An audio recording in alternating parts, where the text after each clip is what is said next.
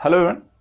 Environment के part 2 को आज हम यहाँ पे स्टार्ट करने जा रहे हैं। क्विक रिवीजन सीरीज़ के अंतर्गत हमने एनवायरनमेंट में एक बेसिक कॉन्सेप्ट को समझने के दृष्टिकोण से हमारा पहला लेक्चर था। साथ ही साथ वहाँ पर ये चाहे प्री परीक्षा हो या मुख्य परीक्षा हो, आपको दोनों ही दृष्टिकोण से तैयार करने को लेकर ये बनाई जा रही एक सीरीज़ है जो कि परीक्षा से पूर्व कम समय में मैक्सिमम बेनिफिट के संदर्भ में, जहाँ रिवीजन बहुत इंपॉर्टेंट होता है, जहाँ पे आप कई सारी बुक्स, नोट्स इत्यादि को एक साथ पढ़ने में कई बार प्रॉब्लम में आ जाते हैं। ऐसी स्थिति में ये वीडियो आपके लिए बहुत महत्वपूर्ण हो सकते हैं, जहाँ पर 1-2 घंटे या 5 घंटे में आप पूरा एक विषय को इन डिटेल्ड में उसके सभी पक्षों का एक अच्छे से विश्लेषण करता हुआ आप उसका रिवीजन कर पाएँ। तो मेरी यहाँ पर यही कोशिश है कि आप सभी के लिए एक अच्छी वीडियो सीरीज़ के माध्यम से आपका रिवीजन करना आसान हो जाए, आपकी परीक्षा में सफल होने की स्थिति को और भी बेहतर बनाया जा सके। तो चलिए प्रारंभ करते हैं आज के अपने इस वीडियो में दो अलग अलग तो कुछ और टॉपिक्स में, चाहे वो सामुदायिक अंतःक्रिया की बात करता हो, कम्युनिटी इंटरेक्शंस की बात करता हो विभिन्न समुदायों के मध्य, या एक जीव से दूसरे जीवों के मध्य खनिजों के कह सकते हैं चक्रीकरण की स्थिति को लेकर हो, या फिर जीव मंडल में विभिन्न प्रकार के, चाहे वो स्थल मंडल हो, जल मंडल हो, वायुमंडल हो, वहाँ पर किस तरीके से उनका क्या प्रभाव पड़ता है जीवों पर, वनस्पतियों पर, एनवायरनमेंट पर, उन सारे इफेक्चुअल चीज़ों को भी हम यहाँ पर पढ़ेंगे। तो काफ़ी सारे टॉपिक्स यहाँ पर हम सेकेंड पार्ट में पढ़ने जा रहे हैं। तो चलिए प्रारंभ करते हैं। सबसे पहले आइए समझते हैं कि सामुदायिक अंतःक्रिया क्या है। देखिए, सामुदायिक अंतःक्रिया का जो तात्पर्य है कि प्राकृतिक स्तर पर जो पेड़ पौधे, जीव जंतु जिस वातावरण में रहते हैं, वो वातावरण जीव जंतुओं को और जीव जंतु पेड़ पौधों जो होते हैं वो एनवायरनमेंट को किस तरीके से प्रभावित करते हैं, वो किस तरीके से एक दूसरे के साथ अंतःक्रिया करते हैं, इसका जब हम अध्ययन करते हैं तो उसे कहा जाता है सामुदायिक अंतःक्रिया। अब इस सामुदायिक अंतःक्रिया के अंतर्गत अगर हम बात करें तो एक बात आती है प्रभावी प्रजाति को लेकर। प्रभावी प्रजाति का तात्पर्य होता है कि ऐसी प्रजातियां जिनका किसी विशेष समुदाय या स्थान क्षेत्र पर प्रभाव होता हो, प्रभाव ज़्यादा रहता है, अर्थात पर्टिकुलर क्षेत्र की स्थिति में परिवर्तन लाने में सक्षम हो, उनको हम कहते हैं प्रभावी प्रजातियां। इसके दृष्टिकोण में अगर हम बात करें तो एक पेड़ जो होता है वो भी एक प्रभावी प्रजाति हो सकती है। एक जीव जो हो सकता है वो अपने समुदाय में प्रभावी प्रजाति के संदर्भ में हो सकता है, जो कि स्थान विशेष पर्यावरण की चीज़ों को या उसके आसपास के तापमान को, वर्षा को इत्यादि को प्रभावित करने की क्षमता रखता हो। तो इसी को हम कहते हैं प्रभावी प्रजातियों के संदर्भ में यहाँ पर स्टडी करते हैं। साथ ही एक चीज़ और आती है कि जो भी क्रियाएं होती हैं एक जीव समुदाय की या एक जीव की दूसरे जीव के साथ, वो मूलतः ऊर्जा और स्थान को लेकर होती है। इसको ध्यान रखना है। कभी आपसे पूछा जाए कि अंतःक्रिया किन चीज़ों को लेकर होती है जीव समुदाय के मध्य, तो दो चीज़ों को लेकर, ऊर्जा को लेकर और स्थान को लेकर। ऊर्जा जो एक व्यक्ति से दूसरे व्यक्ति को खाने या भी किसी भी चीज़ के भोजन को लेकर है, या पेड़ पौधे जो भी होते हैं वो आपको खनिज तत्वों को लेते हैं, प्रकाश संश्लेषण की प्रक्रिया करते हैं, भोजन का निर्माण करते हैं। मनुष्य भी वहाँ पर है, या अन्य जो जीव जंतु हैं वो पेड़ पौधों की फल, फ्रूट, सब्जियाँ इत्यादि को आप खाकर ऊर्जा ही वहाँ पर लेते हैं।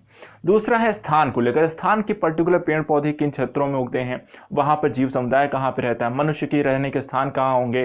तो इस तरीके की चीजें क्या हैं, एक दूसरे को लेकर, ऊर्जा और स्थान को लेकर परस्पर ये अंतःक्रियाएं होती हैं।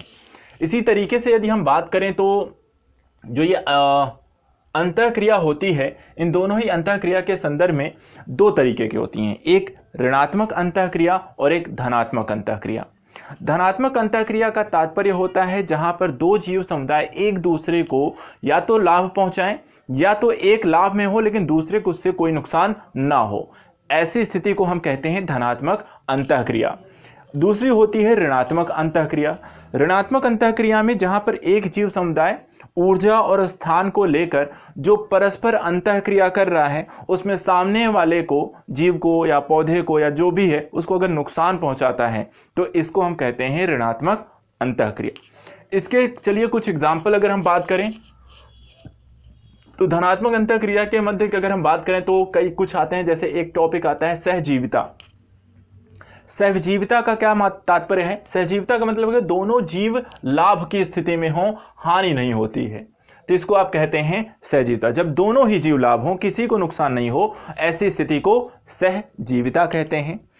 धनात्मक अंतःक्रिया का एक और पार्ट होता है जिसको हम कहते हैं सहोपकारिता। सहोपकारिता का मतलब होता है कि जब दोनों सहयोगी या किसी एक सहयोगी को लाभ होता हो लेकिन दूसरे को हानि उससे नहीं हो रही हो, तो इसको हम कहते हैं सहोपकारिता। एक सहयोगी लाभ और किसी को हानि नहीं होती है, तो इसको कहते हैं। एग्जाम्पल के संदर्भ में हमेशा ध्यान रखिएगा, जो लाइकेन है वो सहजीविता का एक एग्जाम्पल, अच्छा एग्जाम्पल है। साइकस की जो जड़ें हैं वो भी सहजीविता के एक अच्छे एग्जाम्पल हैं। सहभोजिता के संदर्भ में आपको ध्यान रखना है, आर्किड और आरोही कंठलताएं जो होती हैं वो सहभोजिता की स्थिति को ध्यान में रखिएगा। अब इसी तरीके से यहाँ पर दोनों सहयोगी भौतिक संबंध जब स्थापित किए बिना परस्पर अगर लाभान्वित होने की स्थिति में होते हैं तो उसे हम आदि सहयोग कहते हैं। एग्जाम्पल के तौर पर आप सूक्ष्म सहजीवियों को इसके साथ रख सकते हैं। तो परिभाषाएं ध्यान में रखनी होती हैं, क्योंकि सम टाइम यही एग्जाम्पल पूछे जाते हैं। कई बार आपको एग्जाम्पल पूछे जाते हैं एग्जाम में कि सहभोजिता क्या है, उसके एग्जाम्पल क्या है, या लाइकेन किस तरीके का आपके धनात्मक अंतःक्रिया में आएगा, ऋणात्मक अंतःक्रिया में आएगा, सहजीवी है या सहभोज आपको सौपकारिता है, तो ये चीजें आपको स्पष्ट रखनी है। इसके बाद आता है ऋणात्मक अंतःक्रिया को, जैसे मैंने बताया। तो यहां पर एक लाभ की स्थिति है, दूसरा हानि की स्थिति है। तो इसमें भी कुछ प्रोसेस हैं, प्रक्रियाएं हैं। जैसे एक होता है कंपटीशन। तो कंपटीशन में क्या होता है, जब दो या दो से अधिक सदस्यों के मध्य स्थान, जल, खनिज, ऊर्जा के लिए वहां पर नुकसान या विरोध करते हैं, तो उसको हम कहते हैं स्पर्धा। किसी भी दो समुदाय, जीव जंतु, पेड़ पौधों के मध्य हो सकती है। इसी में जैसे एक एलेलोपैथी होती है। एलेलोपैथी होता है जो विषाक्त रासायनिक पदार्थों को वहां पर श्राव करता है, उसके कारण जो होते हैं आसपास जो किसी जीव या उसके दूसरे जीव को वहां पर पूर्ण या आंशिक तौर पे वो नुकसान पहुंचाता है, वो जो केमिकल का वो श्राव कहते हैं, इसको हम एलेलोपैथी कहते हैं। एग्जाम्पल के रूप में पेनिसिलियम और स्ट्रेप्टोमाइसिस ऐसे पौधे हैं जो कि मूलतः अगर हम देखें तो एलेलोपैथी की प्रक्रिया का संचालन करते हैं, दूसरे जीवों को नुकसान पहुंचाते हैं अपने आप को विकसित करने के दृष्टिकोण से। इसी में एक और टॉपिक आता है परजीविता। परजीविता क्या होती है, ऐसे जीव जो दूसरे जीवों पर आश्रित होते हैं अपने भोजन के संदर्भ में, हम उनको कहते हैं परजीविता। यहां पर परजीवी अर्थात दूसरे जीवों पर अपने भोजन इत्यादि के लिए वहां पर आश्रित रहने वाले। इसी में एक और टॉपिक आता है जिसको आप कहते हैं परतपर जीवी। परतपर जीवी का मतलब होता है कि परजीवियों पर जो जंतु या जीव आश्रित होता है अपने भोजन इत्यादि के लिए, उसको हम कहते हैं परात्पर जीवी। ठीक है, तो परजीवी, परात्पर जीवी। परात्पर जीवी का क्या मतलब हुआ, जो परजीवियों पर अपने भोजन इत्यादि के लिए आश्रित हो वो आपको परात्पर जीवी कहे जाते हैं। ठीक है, तो यहां पर इन सारी चीजों को ध्यान रखिएगा। एक और टॉपिक आता है जैसे कि परभक्षक कौन होते हैं। तो परभक्षक का तात्पर्य होता है कि जो जीव जो होते हैं दूसरे जीवों को खाकर या मारकर अपने भोजन की व्यवस्था करते हैं, उनको हम परभक्षक कहते हैं, प्रेडेटर्स कहते हैं। इसके संदर्भ में आप देखें तो जो उच्च मांसाहारी जीव हैं उनको आप इसके अंदर में रख सकते हैं। साथ ही साथ यहां पर एक टॉपिक आता है एमेंसेलिज्म। एमेंसेलिज्म क्या होता है, एमेंसेलिज्म का मतलब होता है जो गेंदा का एक फूल होता है जो आपका पीले कलर का, वहां पर वो मृदा में रासायनिक पदार्थों के स्राव के कारण सूत्रकृमियों की वृद्धि को रोकता है। इस प्रक्रिया को बोलते हैं एमेंसेलिज्म। ठीक है, तो एमेंसेलिज्म जो गेंदा का फूल के द्वारा आसपास कृमियों रोगियों को वहां पर बढ़ने से रोकता है। तो ये हमने देखा कि सामुदायिक जो अंतःक्रिया है वो क्या है, उसके अंतर्गत धनात्मक अंतःक्रियाएं होती हैं, ऋणात्मक अंतःक्रियाएं होती हैं। धनात्मक के अंतर्गत वहां पे दोनों जीवों को लाभ हो रहा है जिसमें सहोपकारिता, सहजीविता है, और उसी तरह ऋणात्मक अंतःक्रियाएं हैं जिसमें एक को लाभ है दूसरा नुकसान पहुंचा रहा है, जैसे परात्पर जीवी हैं, परजीवी हैं, परभक्षक हैं, स्पर्धा है। तो ये सारी चीजें हम उसके अंतर्गत रखते हैं। अब दूसरा टॉपिक यहाँ पे पढ़ते हैं कीस्टोन प्रजातियां क्या होती हैं। कीस्टोन प्रजातियों का मतलब होता है कि वह प्रजाति या प्रजातियों की संख्या जिनका समुदाय या परिस्थिति पर प्रभाव मात्र उनकी अत्यधिक संख्या के कारण नहीं, आशा से अधिक उनके कार्यों से अभिव्यक्त होता है, तो उनको हम क्या कहते हैं, कीस्टोन प्रजातियां। कि पर्टिकुलर ऐसा नहीं कि आप बहुत बड़ी संख्या में हैं तो आप कीस्टोन प्रजाति हैं, नहीं, आपका प्रभाव क्या है पर्टिकुलर किसी समुदाय पर, वो आप एक कीस्टोन प्रजाति के रूप में देखे जाएंगे। एग्जाम्पल के रूप में समझना बहुत आसान है, जैसे एक पेड़ को ले लीजिए। एक पेड़ भी क्या हो सकता है, कीस्टोन प्रजाति हो सकती है। कैसे, एक पेड़ जो होता है अपने आसपास के जो एनवायरमेंट है उसके नीचे जो होगा, जो ऊपर पेड़ है नीचे देखेंगे तो उसके नीचे का तापमान क्या होगा, उसके आसपास के क्षेत्रों से वहां पे अलग होगा। उस पेड़ पर काफ़ी सारे, अगर फलदायी पेड़ है तो वहां पे काफ़ी सारे जीव रहते होंगे, उनके भोजन की व्यवस्था भी करता होगा। तो इस तरीके से देखें तो वहां पर एक पेड़ भी एक कीस्टोन प्रजाति हो सकता है जो कि वहां पर अपने समुदाय या क्षेत्र विशेष पर एक प्रभाव रखता हो, तो ऐसे को हम कीस्टोन प्रजाति यहां पर कहते हैं।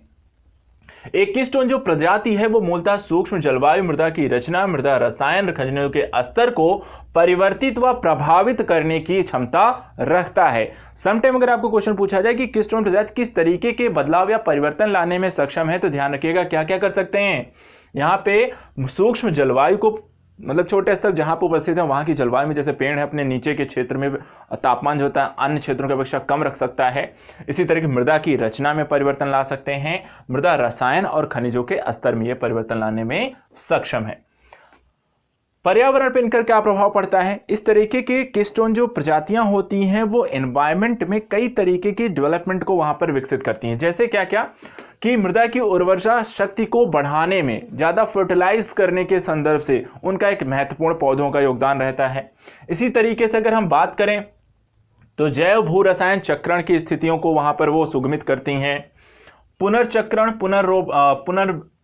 वनरोपण, वृक्षों के नवोद्भिद में, खाद्य श्रृंखला संतुलन में, पारिस्थितिकी तंत्र संतुलन में, ये सारी चीज़ों को संचालित करने, उन्हें बनाए रखने में, एक संतुलित प्रक्रियागत स्थितियां डेवलपमेंट करने में भी आप कीस्टोन प्रजातियों की महत्ता को वहां पर देख सकते हैं।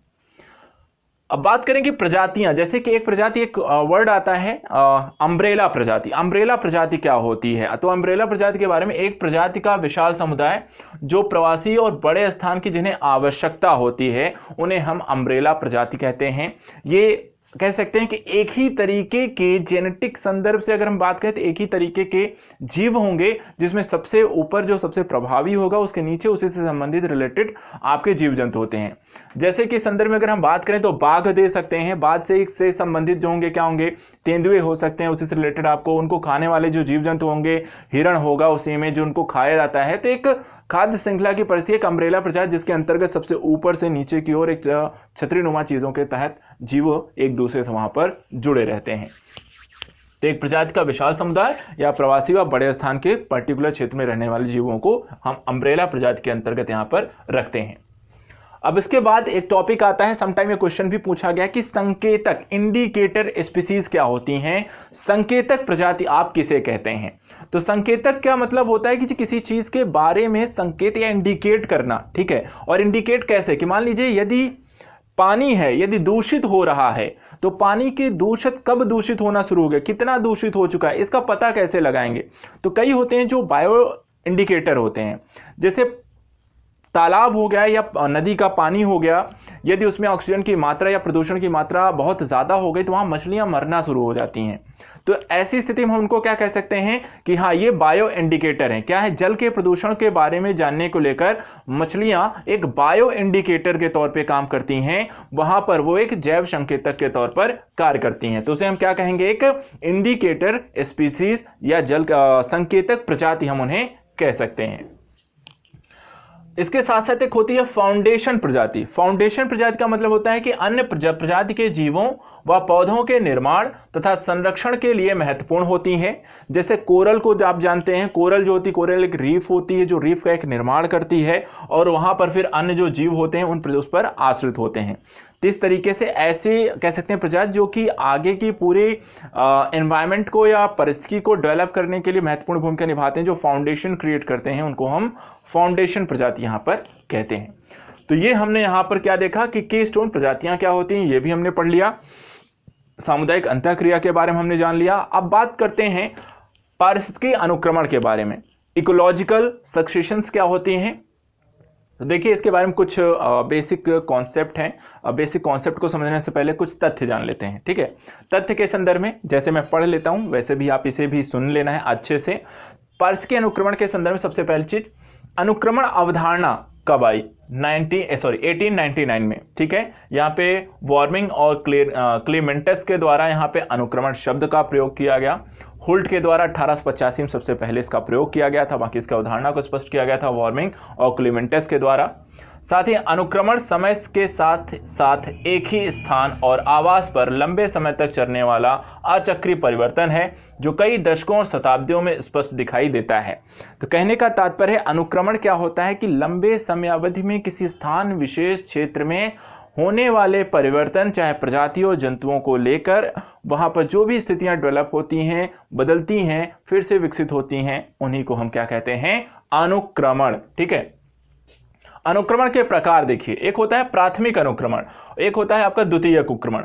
तो यहाँ पर प्राथमिक अनुक्रमण मानवीय व प्राकृतिक कारणों से नष्ट हो जाते हैं और वनस्पति समुदाय पुनः उनका विकास नहीं होता है। ठीक है, तो प्राथमिक अनुक्रमण का मतलब वो है जो सबसे पहले आता है और विभिन्न प्रकार की प्रक्रियाओं में चेंजेस कारण वो नष्ट हो जाता है, फिर उसके बाद दूसरे तीसरे इस तरह से प्रक्रियाएं उसमें चलती रहती हैं, एक के बाद एक नई प्रजाति वहां पर आपको दिखाई देती है।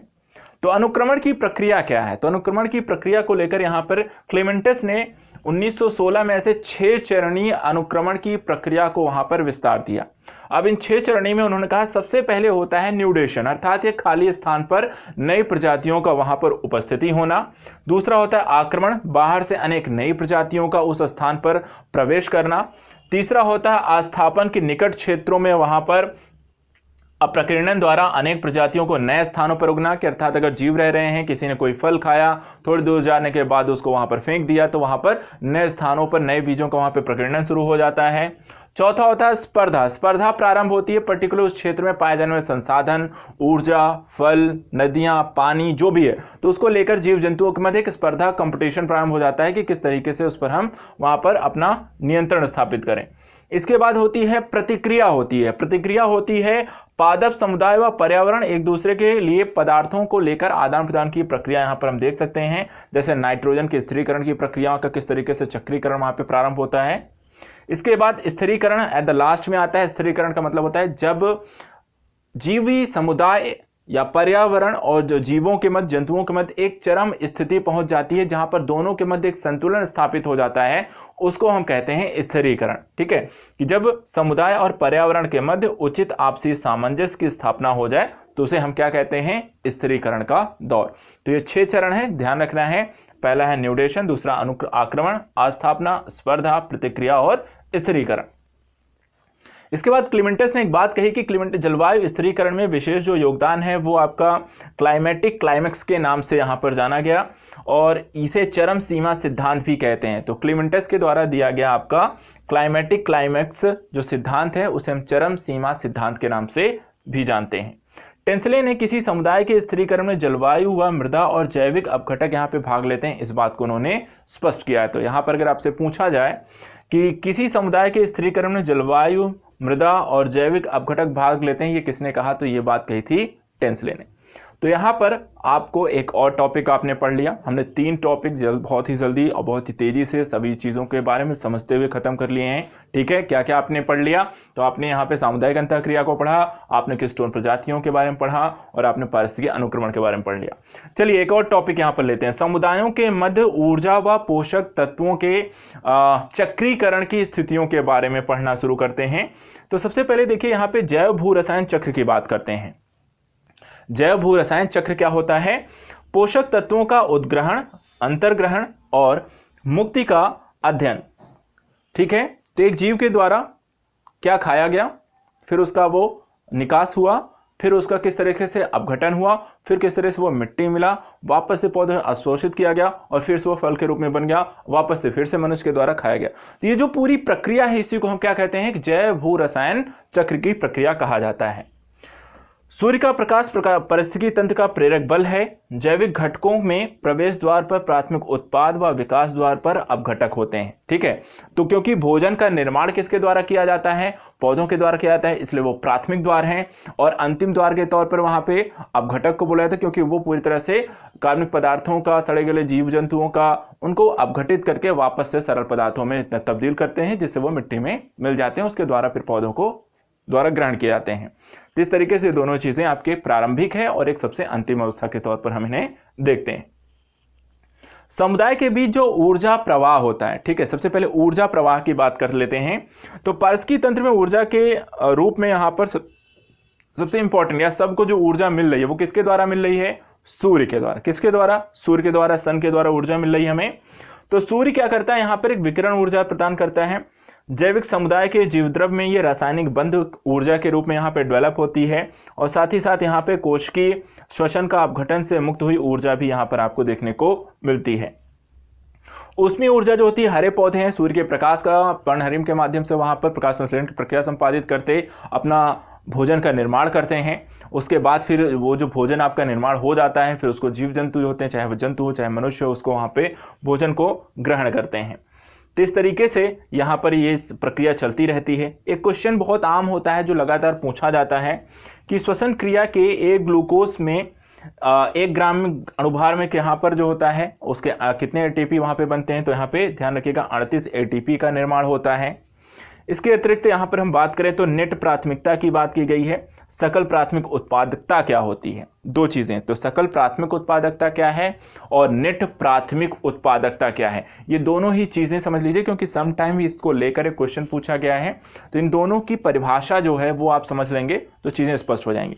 तो सकल जो नेट प्राथमिकता है, ठीक है, सकल नेट प्राथमिकता है कि विकिरण ऊर्जा की मात्रा को प्रकाश स्वपोषी द्वारा संग्रहित की गई प्रति इकाई क्षेत्रफल में शुष्क भार में जो वृद्धि हुई उसको हम सकल प्राथमिक उत्पादकता कहते हैं। ठीक है, तो विकिरण ऊर्जा के द्वारा जो प्रकाश स्वपोषियों के द्वारा जो भी उत्पाद है या जो भी भोजन का निर्माण किया गया उसको उसकी जो शुष्क प्रति इकाई जो होती है, जितना उसके शुष्क वृद्धि हुई है वो उसकी सकल प्राथमिक उत्पादकता कहलाती है।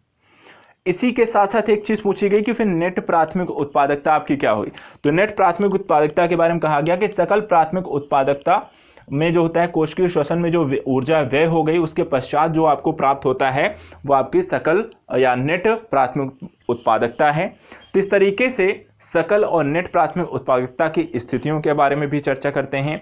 प्राथमिक उत्पादकता क्या है, प्रोडक्टिविटी क्या है, जो पेड़ पौधों के द्वारा भोजन है या जो भी चीज़ें उनके द्वारा निर्माण किया जा रहा है, हम वहाँ पर अभी इसकी बात कर रहे हैं कि प्राथमिक तौर पर सबसे एनवायरनमेंट के सबसे बेसिक लेवल पर किन चीज़ों का और कितनी मात्रा में उत्पादन होता है, क्योंकि वही सारी चीज़ें जो होती हैं वितरित होती हैं जो आपके प्राथमिक उपभोक्ता होते हैं, द्वितीय तृतीयक और अन्य उपभोक्ता हैं, घटक हैं, उनको वही सारी चीज़ें आपको फिर आगे चल कर डिलीवर होती हैं।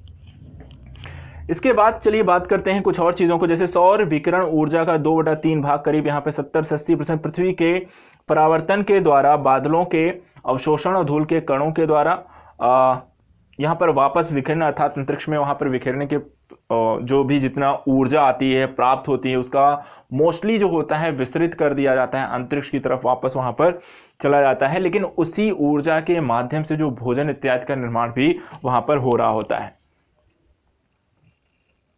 इसके बाद वनावरण के संदर्भ में बात करते हैं तो यहाँ पर सारी चीज़ों को लेकर एक चीज़ें बोली गई हैं कि सकल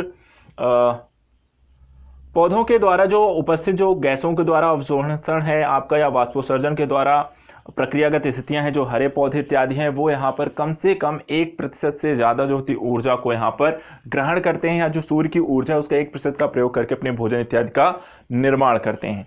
तो तथ्यात्मक तौर पर यहाँ पर हमने ये सारी जानकारी को देख लिया।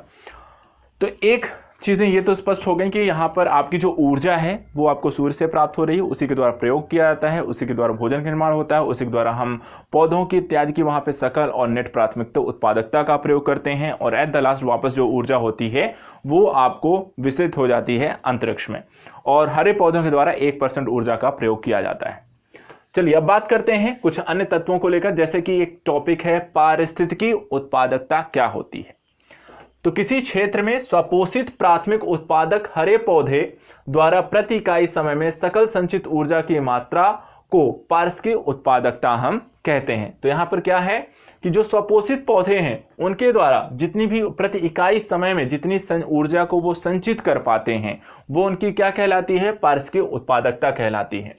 अब कारकों के बारे में चर्चा कर लीजिए कि सकल जो आपका पारिस्थितिकी उत्पादकता है उसके संदर्भ में हरे पौधों को प्राप्त होने वाले सौरिक ऊर्जा की मात्रा, सौरिक ऊर्जा को आहार ऊर्जा में परिवर्तित करने की हरे पौधों की क्षमता, इन दोनों को मिलाकर जो स्थिति हमें प्राप्त होती है वो है आपकी पारिस्थितिकी उत्पादकता, हम उसे कहते हैं।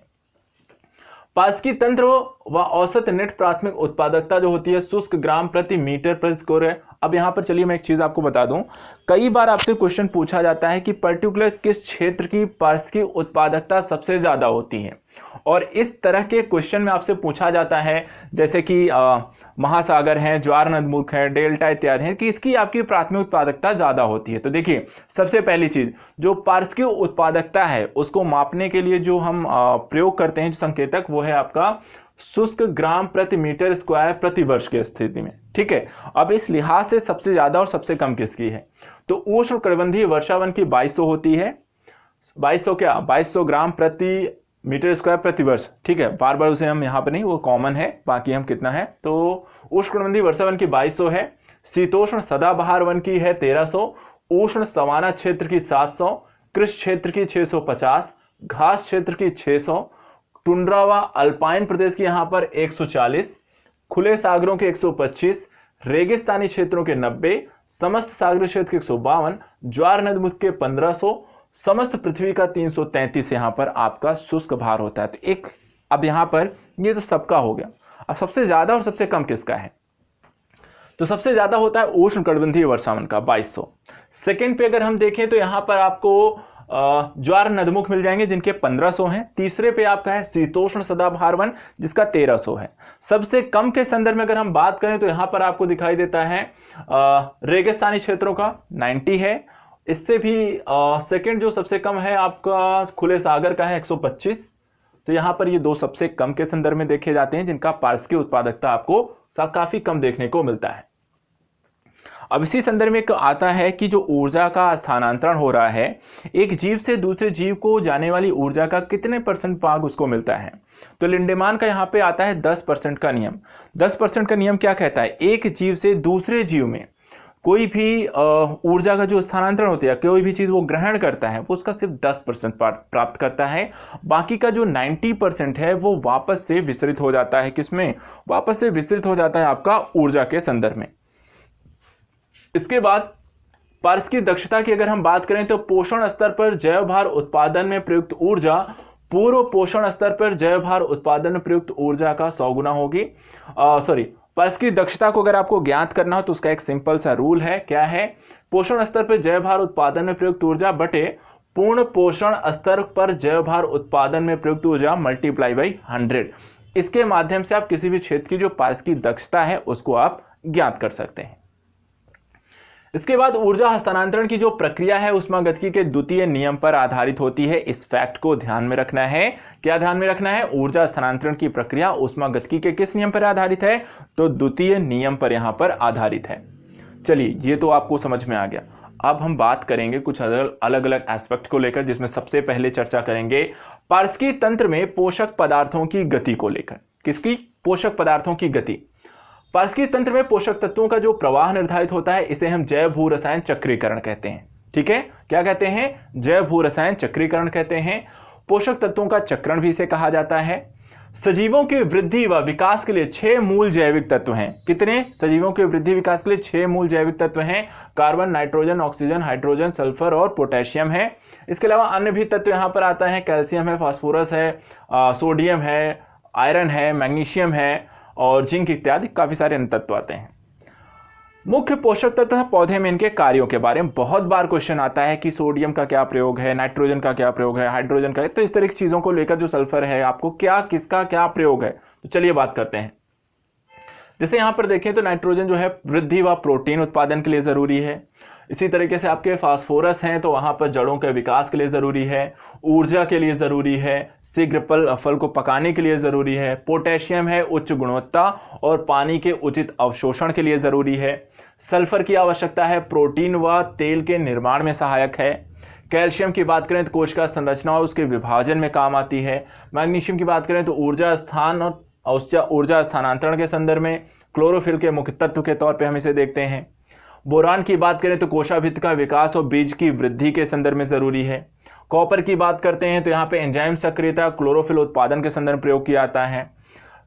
आयरन की बात करें तो श्वसन व क्लोरोफिल उत्पादन के संदर्भ में इसका प्रयोग करते हैं। मैग्नीज की बात करें तो एंजाइम सक्रियता व प्रकाश संश्लेषण में प्रयुक्त होता है।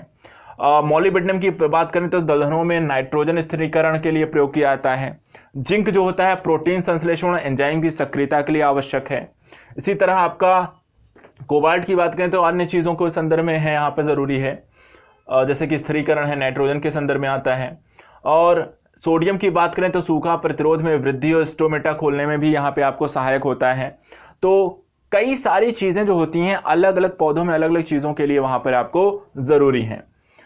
अन्य तथ्यों के बारे में भी यहाँ पर समझ लीजिए। ये तो हमने जाना कि कौन से खनिज तत्व किस संदर्भ में क्या किस लिए ज़रूरी हैं। जैसे कि एक और तथ्य है कि पौधों की रचना में जो सर्वाधिक योगदान होता है वो कार्बन का होता है और ये आपका 45% होता है। अधिकांश पौधे नाइट्रेट के रूप में नाइट्रोजन को ग्रहण करते हैं। मृदा में खनिज पदार्थ की मात्रा 40 से 45% होती है। पौधे के लिए आवश्यक सूक्ष्म तत्वों की जो संख्या है वो 9 है। तो यहाँ पर 9 है आपके मैग्नीज है, आपका कॉपर है, जिंक है, कोबाल्ट है, कैल्शियम है, नाइट्रोजन है, सोडियम है, आयरन है, मोलिब्डेनम, बोरान है। हमारे शरीर का 45% भाग कार्बन से, 43% भाग नाइट्रोजन से और 6% भाग ऑक्सीजन का बना होता है। सबसे ज्यादा इसमें भी आपका कार्बन ही होता है 45%। पौधों में बोरान व पोटेशियम की कमी से खाद्य पदार्थों के स्थानांतरण क्रिया मंद पड़ जाती है। तो ये तो हो गया पारिस्थितिकी तंत्र में पोषक पदार्थों की हमें यहाँ पर जानकारी हमने यहाँ पे ले ली। अब बात करेंगे कि विभिन्न प्रकार से जो आपके द्वारा या पौधों के द्वारा जिन तत्वों का हम विभिन्न तरीके से प्रयोग करते हैं, खनिज तत्वों का, वो किस तरीके से चक्रीकरण के माध्यम से पारिस्थितिकी तंत्र में वापस से बने रहते हैं। तो यहाँ पर इसको समझने के लिए कई अलग अलग चक्रों का हम विश्लेषण करने जा रहे हैं। सबसे पहले इसमें हम डिस्कस करेंगे कार्बन चक्र के बारे में। देखिए, जो कार्बन होता है, कार्बन डाइऑक्साइड है, एटमॉस्फेयर में है, 0.03% उपस्थित है। ये जो होता है यहाँ पे आता है, फिर आपका ये डेवलपमेंट होकर फिर ऑर्गेनिक कंपाउंड्स के कंपोनेंट्स के रूप में प्लांटों में यह उपस्थित आपको मिलाई जाता है, अर्थात पौधों में इनकी उपस्थिति आपको देखने को मिलता है। जैसे अभी हमने बताया कि यहाँ पर जो आपका 45% भाग है वो कार्बन का ही बना होता है, ठीक है। तो इसके बाद ये जल में भी यहाँ पर आपको कंपोनेंट्स के रूप में वाटर में भी आपको पाया जाता है। इसके बाद अगर हम बात करें तो उन्हीं ऑर्गेनिक कंपाउंड को जो प्लांट में हैं उनका जब आप मनुष्यों के द्वारा या जानवरों के द्वारा उनको खाया जाता है तो वो फिर आपको एनिमल्स में वही पहुंचता है। एनिमल जो होता है फिर उसको अलग अलग संदर्भ से वो अलग अलग, जैसे कि कुछ कार्बन होता है जो काफ़ी लंबे समय तक ज़मीन में दबा रहता है, वो पेट्रोलियम के रूप में परिवर्तित हो सकता है, ठीक है। या फिर आपको इन ऑर्गेनिक कंपाउंड्स के थ्रू सेल्स के माध्यम से, कोशिका के माध्यम से उसका वितरण होकर वापस से उसका सारा का अवशोषण या विघटीकरण होने के बाद वायुमंडल में फिर से मिल जाता है। कहने का मतलब है कार्बन डाइऑक्साइड में जो चीज़ उपस्थित थी, एटमॉस्फेयर में जो उपस्थित है, वो या तो एनिमल के रूप में पहुंचती है या जल के रूप में फिर होती है। फिर उसका या तो लाइमस्टोन बन जाता है, जो जल में आपका कार्बन डाइऑक्साइड है वो आपका कार्बन है वो आपका लाइमस्टोन में परिवर्तित होगा। जो आपको पौधों में पाया गया वो कोल के रूप में, जो पौधे होते हैं पृथ्वी के अंदर काफ़ी लंबे समय तक कोल में परिवर्तित हो सकते हैं। इसी तरह पेट्रोलियम परिवर्तित होते हैं। फिर उनका आपका प्रयोग होता है, उनका विघटन किया जाएगा सूक्ष्मजीवों के द्वारा, और विघटन होने के पश्चात वो वापस से या तो एटमॉस्फेयर में जाकर मिल जाते हैं। तो एक तरीके से देखा जाए जो प्रक्रिया जहाँ से स्टार्ट हुई वो वापस से उसे मिल जाती है। इस दौरान वो विभिन्न प्रकार के जीवों से होते हुए यहाँ पर ये गुजरते हैं। इसी को हम कहते हैं कार्बन चक्र। इसके बारे में कुछ चीज़ें हैं, कार्बन से रिलेटेड जानकारी है, जैसे कि कार्बन को विभिन्न कार्बनिक स्रोतों जैसे ग्लूकोज, सुक्रोज, लैक्टोज, अमीनो अम्ल, पेप्टोज, सेलुलोज से प्राप्त करते हैं। दूसरा, श्वसन जैव पदार्थ का अपक्षय एवं ज्वालामुखी क्रियाओं के माध्यम से पृथ्वी के कार्बन चक्र में भी इनका प्रवेश होता है। कार्बन डाइऑक्साइड यहां पर ये जोड़ते हैं। इसके अतिरिक्त प्रकाश संश्लेषण व चट्टानों के अपक्षय के द्वारा कार्बन डाइऑक्साइड वायुमंडल में कम हो जाती है। तो एक तरीके से वहां पे वायुमंडल, या कह सकते हैं कि हमारे इन्वायरमेंट में जुड़ती है, और दूसरे तरीके से वहां पे कार्बन डाइऑक्साइड हमारे वायुमंडल से खत्म भी होती है। इसके बाद पौधों के द्वारा अवशोषित कार्बन डाइऑक्साइड सरल कार्बोहाइड्रेट्स के रूप में संग्रहित की जाती है। तो जो पौधों में है वो कार्बन डाइऑक्साइड कार्बोहाइड्रेट के रूप में संग्रहित होती है। इसके बाद मानव के द्वारा उद्योगों के विकास के माध्यम से जीवाश्म ईंधनों का प्रयोग के द्वारा वायुमंडल में कार्बन डाइऑक्साइड की मात्रा में 25% की वृद्धि हो चुकी है। यहाँ पर 0.25 से ये 0.35% तक यहाँ पर इसमें वृद्धि देखी जा चुकी है। वर्ष 2100 तक यह 4 गुनी होगी, और इसके कारण ग्रीन हाउस इफेक्ट आपका बढ़ेगा, तापमान में वृद्धि होगी और पारिस्थितिकी असंतुलन की स्थिति आपको इससे देखने को मिलेगी। तो ये तो बात हो गई कि भाई कार्बन का किस तरीके से एनवायरनमेंट में इंटरेक्शंस होते हैं, या आप चित्रों के माध्यम से आप यहाँ पे समझ सकते हैं।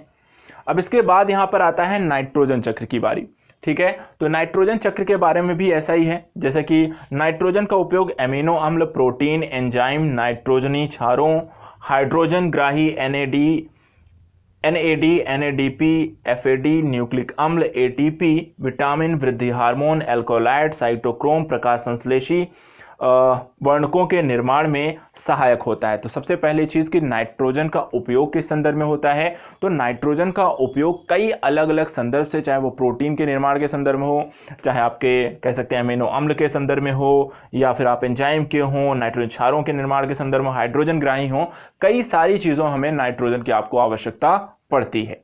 दूसरी बात, नाइट्रोजन स्थिरीकरण की जो कार्य करते हैं वो जीवाणुओं के द्वारा किया जाता है। जैसे कि क्लॉस्ट्रिडियम के द्वारा यहाँ पर अवायवीय मुक्त जीवी और मृदोत्पादक संदर्भ में यहाँ पर ये जीव है जो कि आपको यहाँ से नाइट्रोजन को स्थिरीकरण करता है। इसी तरीके से एजोटोबैक्टर है, वो भी यहाँ पर आपको नाइट्रोजन स्थिरीकरण का भूमिका निभाता है। राइजोवियम है, क्लेबैसिला है, क्लोरोबियम है, रोडोस्पाइरलम है, ये सारे जो जीव हैं वो नाइट्रोजन स्थिरीकरण की भूमिका निभाते हैं। इससे जो क्वेश्चन आता है वो समटाइम पूछा जाता है कि नाइट्रोजन स्थिरीकरण की निम्नलिखित में से कौन सी भूमिका निभाता है या कौन सी नहीं निभाता है। तो इस तरह के अगर आपको नाम आते हैं तो नाम ध्यान रखना है, क्योंकि यहाँ पर ये बेसिकली नाम्स के माध्यम से ही पूछा करते हैं। इसके बाद अगर हम बात करें तो प्रोटीन निर्माण के लिए भी यहाँ पर नाइट्रोजन आपको आवश्यक पड़ता है। नाइट्रोजन से अमोनिया, अमोनिया से अमीनो अम्ल और अमीनो अम्ल से प्रोटीन का यहाँ पर निर्माण होता है। तो इस तरीके से पूरी एक प्रक्रिया आपको चक्रीकरण के दौर में चलती है। यहाँ पर अगर हम बात करें जो पूरी प्रक्रिया है इसके दो चरण हैं। जो नाइट्रीकरण की प्रक्रिया है, प्रथम चरण में यहाँ पे अमोनिया को नाइट्राइट में बदलते हैं। जो नाइट्रोसोमोनास जो जीवाणु है उसके द्वारा इसे परिवर्तित किया जाता है।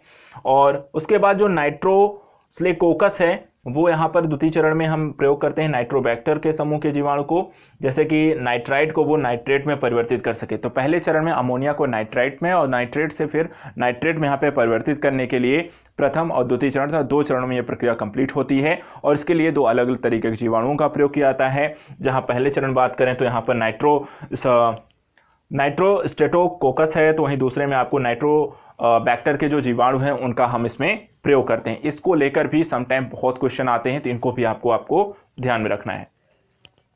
नाइट्रोजन के बाद यहाँ पर कुछ अन्य तथ्य हैं, जैसे कि अमोनीकरण की प्रक्रिया क्या होती है। आपसे कई बार पूछा जा सकता है या आपसे पूछा भी जाता है, कई एग्जाम में पूछे भी गए हैं कि अमोनीकरण की जो प्रक्रिया है वो क्या है।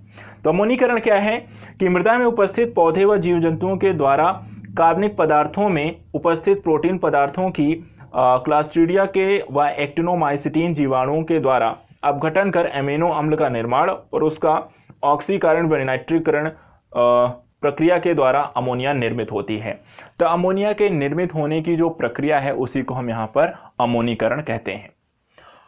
दूसरा, यहाँ पर अगर प्रोटीन है और अवायवीय वातावरण है तो उसका अपघटन होता है। अपघटन होने के बाद वो एमाइड बनता है और एमाइड का फिर ऑक्सीकरण होता है और उसके पश्चात फिर आपकी अमोनिया बनती है। तो अमोनिया बनने के दो अलग अलग चरण हैं, एक अवायवीय वातावरण में, एक वायवीय वातावरण में, और इनके द्वारा जो अमोनिया बनती है हम उसको अमोनीकरण कहते हैं। अब एक और चीज आपसे पूछी जा सकती है कि विनाइट्रीकरण क्या है।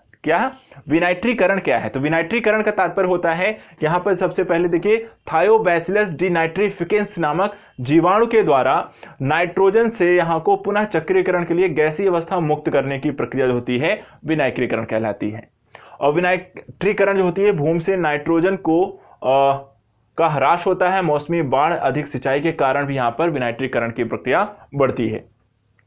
इसके अतिरिक्त जो रोग होता है, अगर आपको यहाँ पर नाइट्रोजन इत्यादि के संदर्भ में एक रोग भी है कि पेयजल में नाइट्रेट की अधिक मात्रा से बच्चों में ब्लू बेबी सिंड्रोम या मिथनोग्लोबोनीमिया, ठीक है, यहाँ पर मिथनोग्लोबोनीमिया नामक रोग है या ब्लू बेबी सिंड्रोम नामक रोग हो जाता है यदि पानी में यहाँ पर आपको नाइट्रेट की मात्रा ज्यादा हो जाती है। तो यहाँ पर दो चक्र आपको पढ़ लिया आपने, कार्बन चक्र के बारे में जानकारी लिया आपने, नाइट्रोजन चक्र के बारे में समझ लिया। तीसरा चक्र यहाँ पर जो हमारे लिए बहुत जरूरी है, ऑक्सीजन चक्र। बिना ऑक्सीजन के मनुष्य जो समुदाय है यहाँ पर जीवित नहीं रह सकता है। ऐसे संदर्भ में जो ऑक्सीजन जो होती है, हमारे एक प्राणवायु के संदर्भ में भी इसकी चर्चा करते हैं।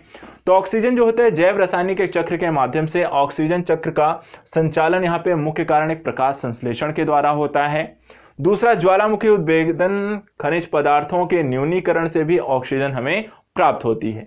साथ ही ऑक्सीजन चक्र को कार्बन चक्र से जोड़ने का कार्य भी यहां पर ऑक्सीजन के द्वारा किया जाता है। अब यहां पर देखिए, अगर एटमॉस्फेयर में आपके पास ऑक्सीजन है और ऑक्सीजन जो होती है यहाँ पे एक ऑर्गेनिक कंपाउंड है, और यहाँ पर इन दोनों ही चीज़ों को देखें तो ये आपको प्रवेश करती हैं किसमें, प्लांट और एनिमल के द्वारा। यहाँ पर उसको हम रेस्पिरेशन था श्वसन क्रिया में इनको हम सम्मिलित करते हैं। श्वसन क्रिया करने के पश्चात यहाँ पर कार्बन डाइऑक्साइड और हाइड्रोजन अर्थात जल का वहाँ पर विसर्जित होता है, बाहर निकलते हैं। फिर उनका यहाँ पर फोटोसिंथेसिस या प्रकाश संश्लेषण की प्रक्रिया की जाती है गहरे पौधों के द्वारा, और वापस से वायुमंडल में ये दोनों चीज़ें पहुँच जाती हैं। क्या क्या कि आपका वायुमंडल जो ऑक्सीजन है और आपका ऑर्गेनिक कंपाउंड की उपस्थिति वापस से उपलब्ध हो जाती है। यही जो पूरी प्रक्रिया है आपकी ऑक्सीजन चक्र कहलाती है। तो प्रकाश संश्लेषण की क्रिया में बने ग्लूकोज में ऑक्सीजन और कार्बन डाइऑक्साइड यहां पर आपको दिखाई देती है। चलिए, ये हो गया आपका ऑक्सीजन चक्र। अब इसके बाद बात करते हैं कि फास्फोरस चक्र क्या होता है। देखिए, फास्फोरस जो होता है, फास्फोरस जीव द्रव पदार्थों एटीपी, एनएडी, एनएडीपी, एफएडी सह एंजाइम का एक महत्वपूर्ण घटक है या रासायनिक उर्वरक के रूप में मृदा में मिलाया जाता है। फास्फोरस का प्राकृतिक भंडारण चट्टानों में किया जाता है जो फास्फेट के रूप में संचित होता है। यह क्वेश्चन कई बार पूछा गया है कि जो फास्फोरस है वो किस रूप में यहाँ पे संचित होता है, तो ध्यान रखिएगा फास्फेट के रूप में संचित होता है। और संचित कहाँ होता है, आपको प्राकृतिक भंडार के तौर पर चट्टानों। इसके बाद फास्फोरस को पौधे मृदा से अपनी जड़ों के द्वारा आर्थोफॉस्फेट के रूप में ग्रहण करते हैं। किस रूप में, आर्थोफॉस्फेट, फास्फोरस के रूप में ग्रहण नहीं करते हैं। पौधे जो ग्रहण करते हैं वो आर्थोफॉस्फेट के रूप में ग्रहण करते हैं। यहां पर देखिए पूरा एक चक्र है। देखिए, रॉक एंड सॉइल में आपका फास्फेट था, फास्फोरस जो है फास्फेट के रूप में होगा। यहां पे अपघटन अपक्षय या कुछ के द्वारा उसका घर्षण होने के बाद फिर ये इनऑर्गेनिक फॉस्फेट के रूप में परिवर्तित हो जाएगा।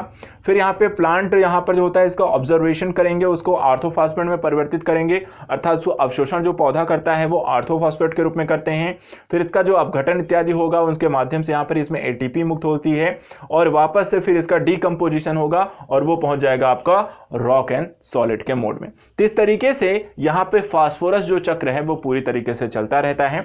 इससे संबंधित कुछ तथ्य हैं, जैसे कि आपको जो क्वेश्चन बहुत बार इससे पूछे गए हैं, फास्फोरस चक्र में अघुलनशील अकार्बनिक जो फास्फोरस है वो कौन सा है, कैल्शियम फास्फेट। ध्यान रखिएगा, फास्फोरस चक्र में अघुलनशील अकार्बनिक फास्फोरस जो है उसको नाम है उसका कैल्शियम फास्फेट। दूसरा क्वेश्चन, आंशिक घुलनशील अकार्बनिक फास्फोरस कौन सा है, कैल्शियम मोनोहाइड्रोजन फास्फेट।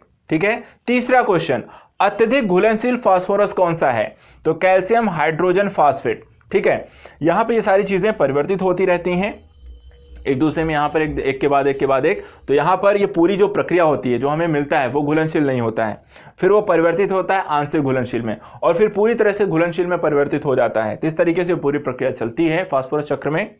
इसी तरीके से पादप जो जड़ें हैं वो आपकी जड़ें की सतह से बहिर्स्राव के माध्यम से सूक्ष्म जीवों के द्वारा जो अघुलनशील अकार्बनिक फास्फोरस है उसको घुलनशील में परिवर्तित करती हैं और उसके बाद उसे ग्रहण करती हैं। तो ये आपका प्रक्रिया हमने देख ली, एक फास्फोरस चक्र को भी हमने यहाँ पे फिनिश किया। अब बात करते हैं कि सल्फर चक्र के बारे में क्या जानकारी है हमारे पास। तो सल्फर चक्र के बारे में देखिए समझते हैं। सबसे पहले इसके इंपॉर्टेंस इत्यादि के संदर्भ में, जो सल्फर का उपयोग सल्फर युक्त अमीनो अम्लों, सिस्टीन, प्रोटीन, एंजाइम, कलातंत्र, विटामिन, न्यूक्लियोप्रोटीन के निर्माण के रूप में हम करते हैं। तो सबसे पहले चीज सल्फर का प्रयोग क्यों है, कितनी जरूरी है। दूसरा, पौधे सल्फर को किस रूप में लेते हैं, तो सल्फेट आयनों के रूप में ग्रहण करते हैं। किस रूप में, सल्फेट आयनों के रूप में ग्रहण करते हैं। इसके बाद यहां पर पौधों में सल्फर की कमी हो जाती है तो कौन से रोग होते हैं, हरिमहीनता, पर्ण मध्योतक के हरित लवक में वृद्धि, अवरोधन, उत्कों में ऊतक क्षय का होना, ये सारी चीज अगर पौधे में सल्फर की कमी है तब होती है। इसके बाद कृषि के लिए सल्फेट का जो निर्माण होता है वो लाभकारी होता है या स्थायी है, पौधों की जड़ों के द्वारा आसानी से ग्रहण किया जा सकता है। अमोनिया को उदासीन कर अधिक क्षारकता में बचाव में भी यह प्रयोग करने में सक्षम है, अर्थात अमोनिया को कम करने या पौधों को उससे बचाने के लिए हम सल्फर का प्रयोग कर सकते हैं। अकार्बनिक लवणों को घुलनशील बनाने में भी यह सक्षम है, प्रयोग किया जा सकता है। सल्फेट का अपचयन जो होता है डी सल्फो विब्रियो डी सल्फ्यूरियंस जैसे सूक्ष्म जीव के द्वारा होता है। इसका ध्यान रखना है कि सल्फेट का अपचयन किस जीव के द्वारा होता है, तो डी सल्फो विब्रियो डी सल्फ्यूरियंस के द्वारा होता है। हरे सल्फर जीवाणु व सल्फर जीवाणु सल्फर तत्व का उत्पादन करते हैं और जो इनके वासस्थानों की चट्टानों जल संग्रह में एकत्रित होता रहता है। यह बाकी एक प्रक्रिया है सल्फर चक्र की जो आप यहां पर देख रहे हैं। एक ऑर्गेनिक सल्फर मैटर है यहां पर आपको देखने को मिलता है, ये यहां पर डीकंपोज हो रहा है। डीकंपोज होने के बाद हाइड्रोजन सल्फाइड यहां पे बना है। ये हाइड्रोजन जो सल्फाइड बनता है वो आपको अवशोषण और ऑक्सीकरण के श्वसन और ऑक्सीकरण के माध्यम से ये सल्फेट में परिवर्तित होता है। इसका फिर कंजप्शन जो होता है प्लांट ऑफ प्रोटीन के रूप में यहां पे करते हैं। आपको इस रूप में करने के बाद प्रोटीन इसका निर्माण करते हैं। फिर इसका उपभोग यहां पर एनिमल के द्वारा किया जाता है, वो यहां पर उससे एक प्रोटीन एनिमल जो प्रोटीन का निर्माण होता है। उसके बाद फिर ये आपको वापस से अपघटित त्याग होकर के यहाँ पर अपमार्जकों के माध्यम से उनकी डेथ के बाद सूक्ष्मजीवों द्वारा अपघटित किया जाता है और वापस ये आपको सल्फर के रूप में प्रकृति में यहाँ पर उपलब्ध हो जाता है। तो इस तरीके से ये पूरा चक्र भी आपको कंप्लीट हुआ। हमने देखे कि nitrogen, carbon, oxygen, phosphorus, sulphur इत्यादि चक्रों के बारे में हमने यहाँ पे जानकारी ली। काफ़ी सारे जो क्वेश्चंस हैं यहाँ पर आपके सॉल्व होने में सक्षम हो जाएंगे। कुछ और टॉपिक हैं जैसे कि कुछ तथ्यात्मक चीज़ें जानकारी भी समझ लेते हैं जाते जाते, जो परीक्षाओं में अक्सर पूछ लिए जाते हैं और हम उनको कई बार पढ़ते समय ध्यान नहीं देते हैं। जैसे कि ओडम ने 1959 में विश्व उत्पादकता क्षेत्र में उच्च पारिस्थितिकी तंत्रों के रूप में उत्पादकता क्षेत्रों की बात कही थी। और इस उत्पादकता क्षेत्रों में उच्च उत्पादक कौन से क्षेत्र हैं? तो उच्च उत्पादक जो क्षेत्र हैं वो है शीतोष्ण वन कटिबंध हैं, ज्वार नदमुख हैं, जलोढ़ मैदान हैं। मध्यम के अंतर्गत मध्यम उत्पादकता वाले क्षेत्रों के अंतर्गत आपको बात करें तो घास और झीलें हैं। और निम्न उत्पादकता वाले क्षेत्रों की अगर हम बात करें तो इसमें आपके गंभीर सागरीय क्षेत्र, मरुस्थल और आर्कटिक क्षेत्रों को यहां पर ओडम ने रखा था। इसके बाद श्वसन से संबंधित भी कुछ टॉपिक आपको इसमें देखने को मिलते हैं। जैसे कि पूछा गया कि श्वसन के सर्वाधिक उपयोगी पोषक तत्व कौन सा है, तो यहाँ पे आयरन ध्यान रखिएगा सबसे जरूरी है। निर्जल अमोनिया में सर्वाधिक नत्रजन पाया जाता है, यह भी ध्यान रखिएगा। जो निर्जल अमोनिया होते हैं सर्वाधिक नत्रजन की स्थिति होगी। अमोनिया क्लोराइड में नत्रजन की मात्रा 25% होती है। इसी तरह नाइट्रोजन स्थिरीकरण में मॉलिब्डेनम महत्वपूर्ण होता है। नाइट्रोजन स्थिरीकरण के लिए कौन सा एक तत्व, खनिज तत्व जरूरी है? मॉलिब्डेनम जरूरी है। थायोबैक्टीरियली कुल के रसायन संश्लेषी जीवाणु के द्वारा सल्फर को सल्फेट के रूप में ऑक्सीकृत किया जाता है। प्रोटीन के निर्माण में सल्फर सहायक होता है, तो यह भी ध्यान रखना है। प्रोटीन के निर्माण के लिए सल्फर अगर पूछा जाए सल्फर क्या प्रोटीन निर्माण सहायक है, तो बिल्कुल है। इसके बाद प्रकाश संश्लेषण के समय एटीपी के निर्माण की प्रक्रिया को प्रकाश फास्फोरिलीकरण की संज्ञा भी दी जाती है। तो प्रकाश संश्लेषण के समय एटीपी के निर्माण को यहां पर ध्यान रखना है, प्रकाश फास्फोरिलीकरण की प्रक्रिया कहा जाता है। तो हमने यहां पर काफी सारे टॉपिक्स को बहुत आसानी से, बहुत ही कम शब्दों में और इंपॉर्टेंट फैक्ट को ध्यान में रखते हुए चीजों को हमने स्टडी कर ली है। अब बात करते हैं जीवमंडल के बारे में, बायोस्फीयर्स के बारे में। बायोस्फीयर जो कि पूरे जीव जंतुओं के लिए जरूरी है, अलग अलग चीजों के बारे में यहाँ पे जानकारी है। इसमें आपके स्थल मंडल हैं, जल मंडल हैं, वायुमंडल हैं, वहां पर किस तरीके से जीव एक दूसरे के साथ क्रिया प्रक्रिया करते हैं, एक दूसरे कैसे प्रभावित करते हैं, और जो जैविक अजैविक घटक हैं वो कैसे जीवों पर क्या प्रभाव डालते हैं, उसको यहां पर हम समझने की कोशिश करेंगे। सबसे पहले जो जीवमंडल है वो जैविक, अजैविक और ऊर्जा संगठक से मिलकर बनता है। और यहां पर इन तीनों के मध्य एक अंतःक्रिया होती है और उसके माध्यम से ही हमारा एक जीवमंडल का निर्माण होता है। इसमें भी जो अगर हम बात करें जैविक और अजैविक घटक, अजैविक घटकों की अगर आप बात करें तो यहां पर चलिए जीवमंडल के आवरण के संगठक के 30 किलोमीटर की मोटी जो एक स्थिति है, ठीक है, 30 किलोमीटर जो मोटी आपकी ऊंचाई के संदर्भ में अगर बात करें तो वायु जल स्थल की जो परत है वो आपका जीवमंडल है। इसमें से भी वायुमंडल में 15 किलोमीटर की ऊंचाई पर बैक्टीरिया की उपस्थिति पाई गई है और सागरीय तल में यहां पर 9 किलोमीटर गहराई तक जीवों की एक उपस्थिति आपको देखने को पाई जाती है। जीवमंडल के घटक जो होते हैं जैव भू रसायन चक्र के माध्यम से ऊर्जा, जलीय अवसाद, पोषक तत्वों के माध्यम से एक दूसरे से अंतर संबंधित रहते हैं। तो यहां पर जीवमंडल के बारे में बात करें तो स्थलमंडल, जलमंडल, वायुमंडल है। ऊर्जा संगठक के माध्यम से भू जैव रसायन चक्रों के माध्यम से, जो अभी हमने ये चक्र पढ़े, कार्बन है या नाइट्रोजन है, फास्फोरस, उसके माध्यम से एक दूसरे से जुड़े रहते हैं। रहते कहाँ हैं तो अजैविक घटक हैं, जो रहते हैं वो जैविक घटक हैं, और जिस चीजों के माध्यम से वहां पर है तो ऊर्जा और स्थान को लेकर वहां पे पूरी लड़ाई है। तो ये सारा ही पूरी प्रक्रिया है वो जीवमंडल को प्रभावित करती है। अब इसमें जीवमंडल के संगठक के तौर पर बात करें तो जीवमंडल के 3 संगठक जैविक, अजैविक हैं, भौतिक हैं। अब इसमें अजैविक या अजैविक घटक की बात करें तो इसमें कौन कौन से आएंगे? स्थल, जल और वायुमंडल हैं। स्थल मंडल की चलिए सबसे पहले बात कर लें तो स्थल मंडल के रूप में यहां पर हम बात करें तो इसमें कई लघु स्तरीय रूप देखने को मिलेंगे। लघु स्थल कैसे होते हैं? जो छोटे होंगे, जैसे कि गार्ज है, कैनियन है, टर्क है, कंदरा है, जलप्रपात है, आपका जलोढ़ शंकु है, मैदानी डेल्टा हैं, ये सब क्या हैं? ये सब आपके लघु स्थलीय स्वरूप हैं। दूसरा यहाँ पे मध्यम स्तरीय स्थल रूप हैं, जैसे पर्वत, पठार, मैदान, भ्रंश, भूवंश, घाटी है। और वृहद स्थलीय भी हैं, जैसे कि आपके उच्चावच, महाद्वीप और महासागर इसमें हम रखते हैं। समस्त पृथ्वी की बात करते हैं तो पृथ्वी के संदर्भ में लोहा जो एक कहते हैं पृथ्वी के निर्माण के संदर्भ में जो उनकी संरचना है, पृथ्वी के निर्माण की संरचना जो है उसमें सबसे ज्यादा कौन से तत्वों से मिलकर वो बनी हुई है?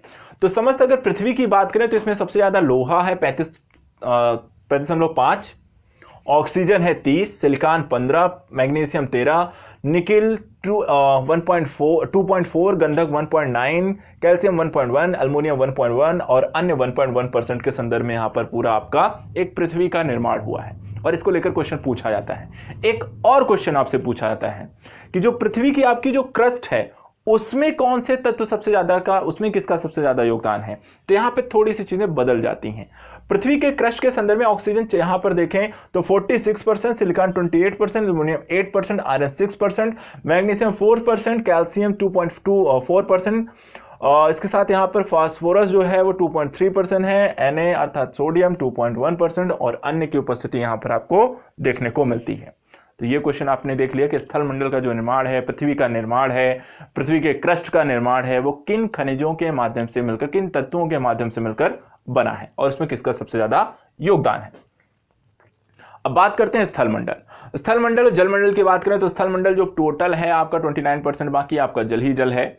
अब इस 29% में जल मंडल का यहाँ पे 71% है और स्थल मंडल में अब आपसे कभी कभी पूछा जाता है सबसे बड़ा महाद्वीप, तो महाद्वीप है आपका एशिया जो 29.5% जगह को लेकर रखा हुआ है, अफ्रीका 20.2%, उत्तरी अमेरिका 16.5%, दक्षिण अमेरिका 11.8%, अंटार्कटिका 9.6%, यूरोप 6.5%, ऑस्ट्रेलिया 5.3% यहाँ पर आपकी उपस्थिति है। इसी तरीके से अगर हम बात करें तो क्रस्ट का जो औसत घनत्व है वो 2.8 से 3 है। औसत गहराई की बात करें तो इसकी 30 से 100 किलोमीटर, अलग अलग जगह थोड़ा अलग अलग है। और इस जो मेंटल है वो 2900 किलोमीटर की इसमें गहराई है। पृथ्वी का जो औसत घनत्व है वो 5.5 किलोमीटर है। ये आपकी पूरी जो संरचना आप देख रहे हैं यहाँ पर, ठीक है। यहाँ पर आपका क्रस्ट हो गया ऊपर, उसके बाद आपका ऊपरी और निचली जो आपका मेंटल हो गई, फिर ऊपरी और निचली आपकी कोर हो गई, ठीक है। यहाँ पर इनके यहाँ पर मोह संबद्धता आपको ऊपर देखने को मिलती है क्रस्ट और आपके मेंटल के पास। फिर उसके बाद अपर मेंटल है यहाँ पर आपको, उसके में यहाँ पर आपको रेप्टी असंबद्धता है। अपर लोअर और आउटर कोर पे गुटेनबर्ग है और आउटर और आपका इनर पे कोर के अंतर्गत यहाँ पर आपको लेहनमैन असंबद्धता है। ये सब आप भूगोल पढ़ते हैं। हमें जो यहाँ पे चर्चा करनी कि मूल रूप से जो पृथ्वी है उस पृथ्वी में एक तरीके की जो संरचना है उसको हम 3 भागों में डिवाइड करके पढ़ते हैं। आपका क्रस्ट रहता है, मेंटल रहता है और आपका कोर रहता है। और जो जीव रहते हैं वो आपके ऊपरी पार्ट में रहते हैं। किस पार्ट में? जहाँ पे आपके क्रस्ट हैं वहीं पर आपको सारे जीव आपको उपस्थिति देखने को मिलती हैं। लेकिन इस जीव को जो प्रभावित करती है वो पृथ्वी की संरचना होती है, जिसमें कहीं भूकंप आ रहा है, कहीं ज्वालामुखी आ रहे हैं, तो वो कहीं ना कहीं आपके इसके कारण वहां पे चेंजेस होते रहते हैं। तो यहाँ पर उसके बारे में भी थोड़ी सी हम जानकारी ले लेते हैं। जैसे कि यहाँ पे पृथ्वी का जो औसत घनत्व है वो 5.5 ग्राम प्रति घन सेंटीमीटर है और जो क्रस्ट है उसका जो घनत्व है 2.8.3.0 है। निचली मेंटल से बाह्य क्रोड का जो घनत्व है 5.5 से 10 है। बाह्य से आंतरिक कोर का जो घनत्व है 12.3 से 13.3 है। इसी तरीके से मेंटल के सबसे ऊपरी भाग को हम एथनोस्फीयर कहते हैं, दुर्बलता मंडल कहा जाता है, क्योंकि ये जो होता है अर्ध तरल अवस्था में है और यहीं पे जो आपकी सभी जो टेक्टोनिक जो प्लेटें हैं वो इसी पर हैं और इसी के लगातार गतिशील होने के कारण क्या होता है कि भूकंप, ज्वालामुखी उद्भेदन, भ्रंश निर्माण, पर्वत निर्माण की जो घटनाएं होती हैं वो इसी के कारण आपको देखने को मिलती हैं। यहाँ पर एक चीज़ और है कि जो प्लेटें हैं वो आपकी तापीय संवहन तरंगों को यहाँ पर उत्पन्न करती हैं, जिससे प्लेटों में जो होता है आपका संचलन की स्थिति होती है, मूलतः यहाँ पर अगर आप देख रहे होंगे तो आपको लग रहा है ये तो भूगोल स्टार्ट हो गया, क्योंकि इन्वायरमेंट कहीं ना कहीं भूगोल का संदेश से जुड़ा हुआ है, क्योंकि पर्यावरण जो है वो पृथ्वी पर ही है, पृथ्वी की संरचना पर है, और पृथ्वी की जो सारी संरचना है उसी को हम भूगोल में पढ़ते हैं। लेकिन इन्वायरमेंट को समझने के लिए थोड़ा बहुत यहाँ पे जीवमंडल के बारे में जो आप पढ़ेंगे तो वो देखेंगे किस तरीके से ये अजैविक जो घटक है वो प्रभावित करते हैं। तो जब आप अजैविक घटकों के बारे में पढ़ रहे हैं आप, तो अजैविक घटक में मूलतः भूगोल ही तो है, पर्वत, पहाड़, नदियां, जलमंडल की सारी चीजों के बारे में हम थोड़ा सा यहाँ पे जानकारी आपको होनी चाहिए। बाकी आप भूगोल में इन डिटेल से पढ़ते हो तो वहां पर हमें डिटेल से जाने की भी जरूरत नहीं है। तो चलिए और कुछ देख लेते हैं। यहाँ पे खनिज समूहों की बात करें तो यहाँ पे कई सारे खनिज समूह इसमें आपको पृथ्वी पे आपको मिलेंगे। जैसे सिलिकेट समूह में फेल्सपार है, क्वार्ट्ज पाए जाते हैं। कार्बोनेट समूह के अंतर्गत कैल्साइट है। सल्फाइड समूह में आपका पाइराइट है, लौह सल्फाइड है। और धात्विक ऑक्साइड समूह में बॉक्साइट, हेमेटाइट और मैग्नेटाइट आपको पृथ्वी पे देखने को मिलते हैं। मृदा तंत्र की बात करते हैं, जो मिट्टी है जिस पे सारी चीजें स्थित हैं, आपको पेड़ पौधे उगते हैं, कृषि कर रहे हैं, चीजों का निर्माण कर रहे हैं, बना रहे हैं, मिट्टी ऊपर बना रहे हैं। तो मृदा जो तंत्र है वो क्या है? तो जीवमंडल में ऊर्जा तथा पदार्थों के गमन व स्थानांतरण और उनके चक्रण के लिए आवश्यक है मृदा। ठीक है, किसके लिए? इन सारी क्रियाओं के लिए आपको मृदा तंत्र की आपको आवश्यकता पड़ती है। इसके बाद मृदा संगठक, मृदा पर्यावरण पृथ्वी पर ज्ञात जैविक जीवों के सर्वाधिक समूहों के लिए आवास प्रदान करती है मृदा। साथ ही पौधे अपनी जड़ों से मृदा से जल परासरण विधि से जल तथा पोषक पदार्थों को ग्रहण करते हैं। तो मृदा ही है जिसके माध्यम से पौधे अपने भोजन इत्यादि को, पानी इत्यादि को वहां पर ग्रहण करने में सक्षम हो रहे हैं। तो यहां पर हमने देखा कि स्थल मंडल के संगठनों के बारे में आपको, संगठक जो होते हैं, कंपोनेंट्स हैं, उसके बारे में आपको बता दिया गया। अब जब स्थल मंडल हो गया तब दो मंडल और बचते हैं। एक है आपका इसमें वायुमंडल के बारे में जानकारी है। तो वायुमंडल के बारे में भी चलिए थोड़ा सा देख लेते हैं, इसमें क्या क्या आपको आती हैं। जैसे वायुमंडल है, जीवों के अस्तित्व विकास के लिए आवश्यक गैसें यहां पर पाई जाती हैं। हमें भी ऑक्सीजन चाहिए, ठीक है, तो यहीं पर आपको मिलेंगी। वायुमंडल गैसों का जो आवरण है पृथ्वी के गुरुत्वाकर्षण के कारण पृथ्वी से जुड़ा हुआ है, अन्यथा गैस वो अब तक का कब का निकल गया होता है। ठीक है, तो यहां पर गुरुत्वाकर्षण कारण यह है। या समुद्र तल से कितनी ऊंचाई पर है, तो इसके बारे में कहा गया कि 16 से 29 किलोमीटर, 1000 किलोमीटर की ऊंचाई पर आपको यह वायुमंडल की उपस्थिति आपको देखने को मिलती है। वायुमंडल की जो रचना है वो गैसों, जलवाष्प और धूल कणों के द्वारा मिलकर बनी हुई है। जो आपका पूरा जो वायुमंडल है वो 3 चीजों से मिलकर बनी हुई है। क्या क्या आपको यहाँ पे ध्यान रखना है? गैस, जलवाष्प और धूल कण। वायुमंडल में जलवाष्प की जो मात्रा है वो भूमध्य रेखा से ध्रुवों की ओर घटती जाती है। संघनन व वर्षण का जो कारण है वो जलवाष्प ही यहां पर आपको बताई गई है। इसके अतिरिक्त वायुमंडल को गर्म करती हैं जलवाष्प में वायुमंडल में उपस्थित धूल कण प्रकाश प्रकीर्णन के कारण यहाँ पर आपको अलग अलग तरीके की जो आकाश का जो नीला रंग है वो भी आपको प्रकाश प्रकीर्णन के कारण ही दिखाई देता है। इसके अतिरिक्त अगर हम बात करें तो वायुमंडल में कई अलग अलग भाग हैं और उन अलग अलग भागों जैसे क्षोभ मंडल है, समताप मंडल है, आयन मंडल है, तो वहाँ पे अलग अलग प्रकार की प्रक्रियाएं होती हैं। तो उसके बारे में थोड़ी जानकारी लेंगे क्योंकि बहुत बड़ा है भूगोल जो आप पढ़ते हैं तो बहुत सारी कुछ इसमें आती हैं, लेकिन हम बहुत सारी चीज़ों यहाँ पे स्टडी नहीं करेंगे। जो जीवों को थोड़ा सा प्रभावित करती हैं कुछ एस्पेक्ट्स को हम यहाँ पर जरूर देखेंगे। जैसे कि क्षोभ मंडल की बात करें तो क्षोभ मंडल क्या है कि मौसम संबंधी समस्त जो घटनाएं हैं जैसे कोहरा, ओला, पाला, ओस, पाला, तूफान, मेघ गर्जन, ये सारी जो प्रक्रियाएं हैं कहाँ होती हैं? क्षोभ मंडल में होती हैं। क्षोभ मंडल के बारे में यहाँ पर एक चीज़ और यहाँ पे ध्यान रखनी है कि ऊंचाई के साथ प्रति 1000 मीटर पे 6.5% की दर से यहाँ पर ये घटती चली जाती है और इसे हम सामान्य पतन दर की स्थिति भी कहते हैं। परिवर्तन मंडल की ऊंचाई की अगर यहाँ बात करें तो भूमध्य रेखा पे 16 किलोमीटर है और ध्रुवों की ओर 6 किलोमीटर, अर्थात ये घटती चली जाती है। तो यहाँ पे हमने क्षोभ मंडल के बारे में देखा। समताप मंडल जो है ये 50 किलोमीटर तक की, एक के बारे में कहीं कहीं अलग अलग जगह पे है, तो यहाँ पे हमने फिलहाल इसे 50 किलोमीटर रखा है। इसमें से जो 15 से 30 किलोमीटर की जो ऊंचाई जहाँ पे ओजोन पाया जाता है, ओजोन जो होती है पराबैंगनी किरणों को आने से रोकती है ताकि वहाँ पे जो जीवों का फलना फूलना है, अगर पराबैंगनी किरणें आए तो यहाँ पे सब कुछ नष्ट हो जाएगा। तो ओजोन मंडल जो है जो समताप मंडल में है जो 15 से 30 किलोमीटर की ऊंचाई पर है, तो यहाँ पे ध्यान रखना है ओजोन जो है वो समताप मंडल में स्थित है। मध्य मंडल 50 से 80 किलोमीटर में है। तापमान ऊंचाई के साथ इसमें घटता जाता है। -80 डिग्री का तापमान भी यहाँ पर आपको देखने को मिलता है। सूर्य से जो ऊर्जा होती है वो आपको यहाँ पे प्राप्त कमी होती है। ठीक है, इसके बाद आता है तापमंडल। तापमंडल जो है वो ऊंचाई के साथ तापमान में यहाँ पे तेजी से वृद्धि देखने को मिलती है, और इसके कारण यहाँ पर जो आयतन मंडल है और आयन मंडल है, दो चीजें हैं, ठीक है। आयन मंडल और आयतन मंडल, सूर्य से जो ऊर्जा 80 से 320 किलोमीटर में आयन मंडल पाया जाता है। यहाँ पर आपको रेडियो की जो तरंगों का प्रसारण जो किया जाता है वो इसी मंडल का प्रयोग किया जाता है, आयन मंडल का ही। आयतन मंडल को हम बहिर्मंडल कहते हैं, जहाँ पे आपको सारी चीजें आपको एट द लास्ट 320 किलोमीटर के ऊपर की स्थिति के संदर्भ में हम इसको रखते हैं। अब बात करते हैं कि पृथ्वी का ऊष्मा बजट, अर्थात जो पृथ्वी को जो ऊष्मा प्राप्त होती है, जैसे सूर्य से प्राप्त होती है, तो जो टोटल ऊर्जा प्राप्त होती है वो कितने % होती है, कितना जो होती है वापस चली जाती है, कितना वो उपयोग कर पाते हैं, कैसे करते हैं, तो इन सारी चीज़ों के बारे में आपको यहाँ पर डिस्कस कर लेते हैं। तो चलिए बात करते हैं पृथ्वी का ऊष्मा बजट। सूर्य से देखिए जो प्राप्त पृथ्वी को कुल ऊर्जा है उसको मान लेते हैं हम 100, ठीक है, 100% जो ऊर्जा उसे प्राप्त होती है उसका 35% यहाँ पर भौतिक रूप से परावर्तन या प्रकीर्णन के द्वारा अंतरिक्ष में वापस चला जाता है। तो 100 में से 35 पहले ही वो वापस हो जाते हैं।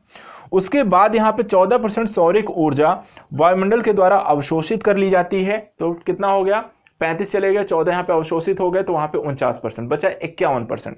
अब 51% जो ऊर्जा है वो पृथ्वी को प्राप्त हुई, कितनी, 51% ऊर्जा प्राप्त होती है। इसमें से 17% विसरित दीवा के रूप में प्राप्त होती है और 34% उसे सीधे सूर्य के द्वारा वहां पे प्राप्त होती है। अब जो सूर्य से प्राप्त पृथ्वी को ऊर्जा जो प्राप्त होती है वो किस रूप में प्राप्त होती है, लघु तरंगों के रूप में ऊर्जा प्राप्त होती है, तथा पृथ्वी जो होती है ऊर्जा का जो विकिरण करती है वो दीर्घ तरंगों के रूप में करती है। इसके बाद पार्थिव, इसे हम क्या कहते हैं, पार्थिव विकिरण कहते हैं। अब जो टोटल उसे 51% जो ऊर्जा उसे प्राप्त हुई, अब उसका वो क्या करती है, विसरण करना शुरू करती है, वापस से अंतरिक्ष को वापस लौटाना शुरू करती है, वापस से रिटर्न करना शुरू करती है। तो रिटर्न के संदर्भ में यहाँ पे क्या बात हो रही है, 51% जो ऊर्जा प्राप्त होती है उसका 23% भाग धरातल से पार्थिव विकिरण के रूप में जाता है, 9% भाग धरातल से विक्षोभ और संवहन के द्वारा, 19% जो होता है ऊष्मा वाष्पीकरण के रूप रूपांतरित होकर पृथ्वी से ऊष्मा संतुलन बना रहता है।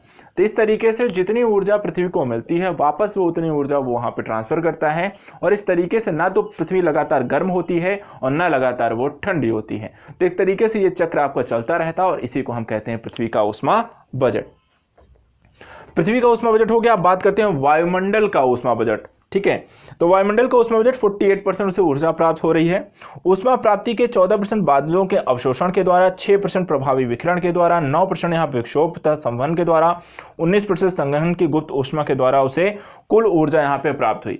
अब इसके भी दो भाग हैं। अगर हम 48% है, 48% में 14% है सौर विकिरण के द्वारा और 34% उसे पृथ्वी के द्वारा वहां पर प्रत्यक्ष या अप्रत्यक्ष रूप से प्राप्त होते हैं। और एट द लास्ट ये सारी जितनी 48% ऊर्जा उसे वापस वो अंतरिक्ष में प्रवाहित कर देता है। तो इस तरीके से वो भी अपना वायुमंडल भी जो है वो अपना ऊष्मा बजट वहां पे वो संतुलित रखता है। इसके बाद आता है कि विमंडलीय पारिस्थितिकी तंत्र की क्या बात है। जीवमंडलीय जो पारिस्थितिकी तंत्र है उसकी बात कर लेते हैं। तो जीवमंडलीय पारिस्थितिकी तंत्र में प्राथमिक जो हरे उत्पादक हैं, पौधे हैं, जो प्रकाश संश्लेषण का प्रयोग करके प्रकाश की उपस्थिति में भोजन का निर्माण करते हैं। तो पृथ्वी के लिए यहाँ पे आंतरिक भाग से भी कुछ ऊर्जा प्राप्त होती है, जैसे पृथ्वी का जो सबसे निचला जो आपका सतह है, सतह से नीचे भी, क्योंकि हमें पता है पृथ्वी गर्म रहती है, तो उसका जो पार्टिसिपेशन रहता है वो 0.02% हमें पृथ्वी से भी हमें ऊर्जा प्राप्त होती है। चलिए ये तो हो गया पृथ्वी से प्राप्त ऊर्जा की बात करते हैं। हरितगृह प्रभाव की एक स्थिति भी होती है, अगर जो, क्योंकि पृथ्वी लगातार आपको ट्रांसफर करती है, सूर्य से ऊर्जा प्राप्त होती है, पृथ्वी वापस विकिरित कर देती है, लेकिन अंतर यह है कि पृथ्वी को जो सूर्य से ऊर्जा प्राप्त होती है वो लघु तरंगों के रूप में, और पृथ्वी जो रिटर्न करती है वो पार्थिव विकिरण अर्थात की दीर्घ तरंगों के रूप में। तो कई बार क्या होता है कि जो गैसें हैं, हरित गैसें हैं, वो एक आवरण सा पृथ्वी पर बना लेती हैं, और उसके कारण क्या है कि ये जो गैसें हैं, जो पार्थिव विकिरण की तरंगें हैं, वो उनको वापस नहीं जाने देती हैं, वो वापस से पृथ्वी पर रिटर्न हो जाती है। इसके कारण जो पृथ्वी का तापमान है वो लगातार बढ़ता रहता है, और इसे हम हरित गृह प्रभाव की स्थिति कहते हैं। अब बात करते हैं तापमान का स्थानिक वितरण के संदर्भ में चर्चा कर लें। जो तापमान का अलग अलग क्षेत्रों में जो वितरण है वो कैसा है, कहीं कम कहीं ज़्यादा क्यों है। तो देखिए यहाँ पर इसके लिए ज़रूरी है कि यह पृथ्वी के अक्षांश, भूमध्य रेखा से दूरी, सागर तल से ऊंचाई, सागर से दूरी, स्थल तथा पृथ्वी के जल का प्रभाव, भूतल के गुण, ढाल का प्रभाव, प्रचलित पवन, महासागरीय धाराएं, ये सारी चीज़ें मिल करके तापमान को वहाँ पर डिफाइंड करती हैं। जैसे कि भूमध्य रेखा पर जो होती है, आपको सूर्य सीधा पड़ेगा तो गर्म ज़्यादा रहता है, ध्रुवों की ओर वो तिरछी उसकी रोशनी पड़ती है तो वो ठंडे रहते हैं।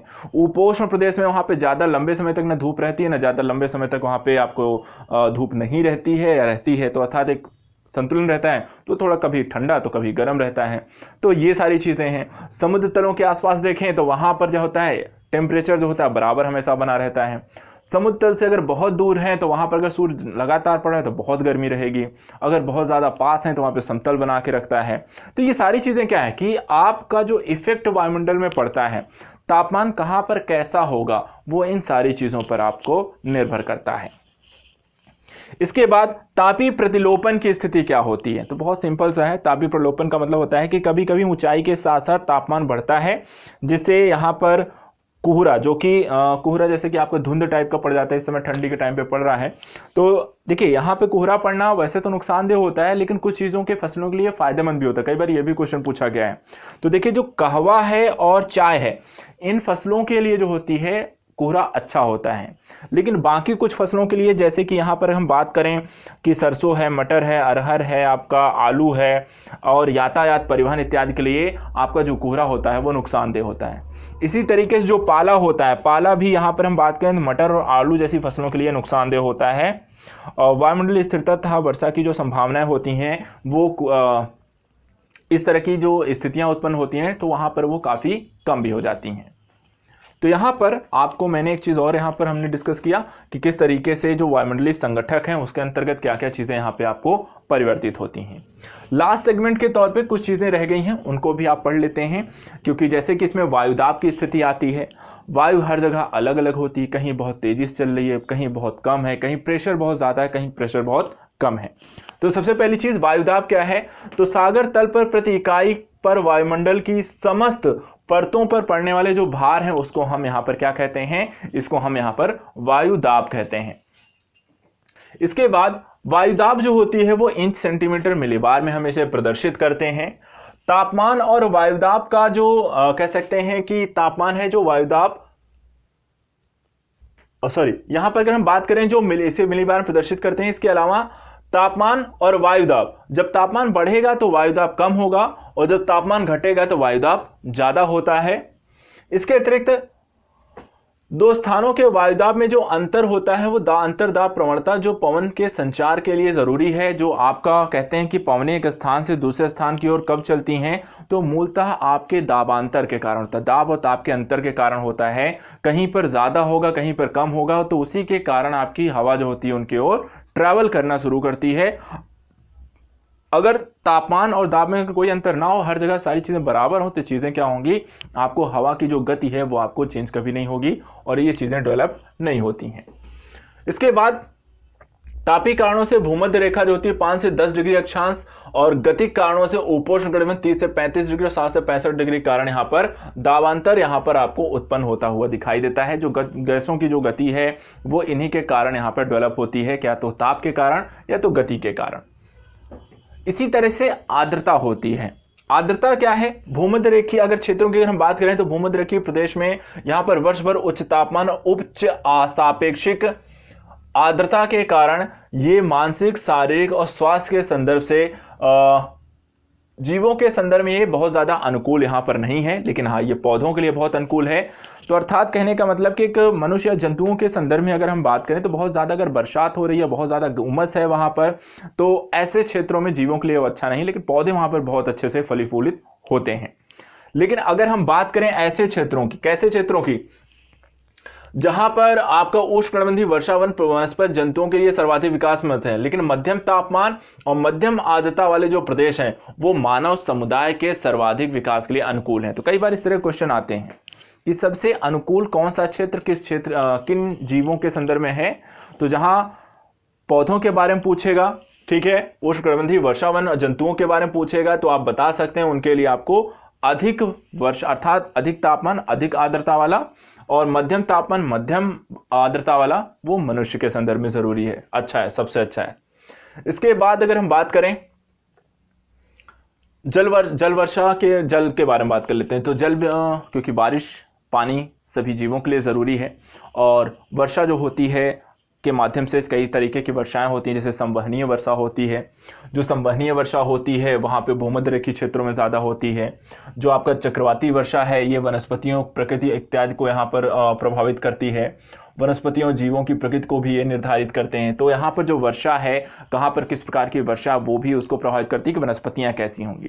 जैसे कि अगर रेगिस्तानी क्षेत्रों में देखें वहाँ बरसात नहीं होती है, तो वहाँ के जो पेड़ पौधे हैं वो नुकीले होते हैं। आपको जो पत्तियाँ होती हैं वो मांसल होती हैं, जड़ें बहुत गहरी होती हैं।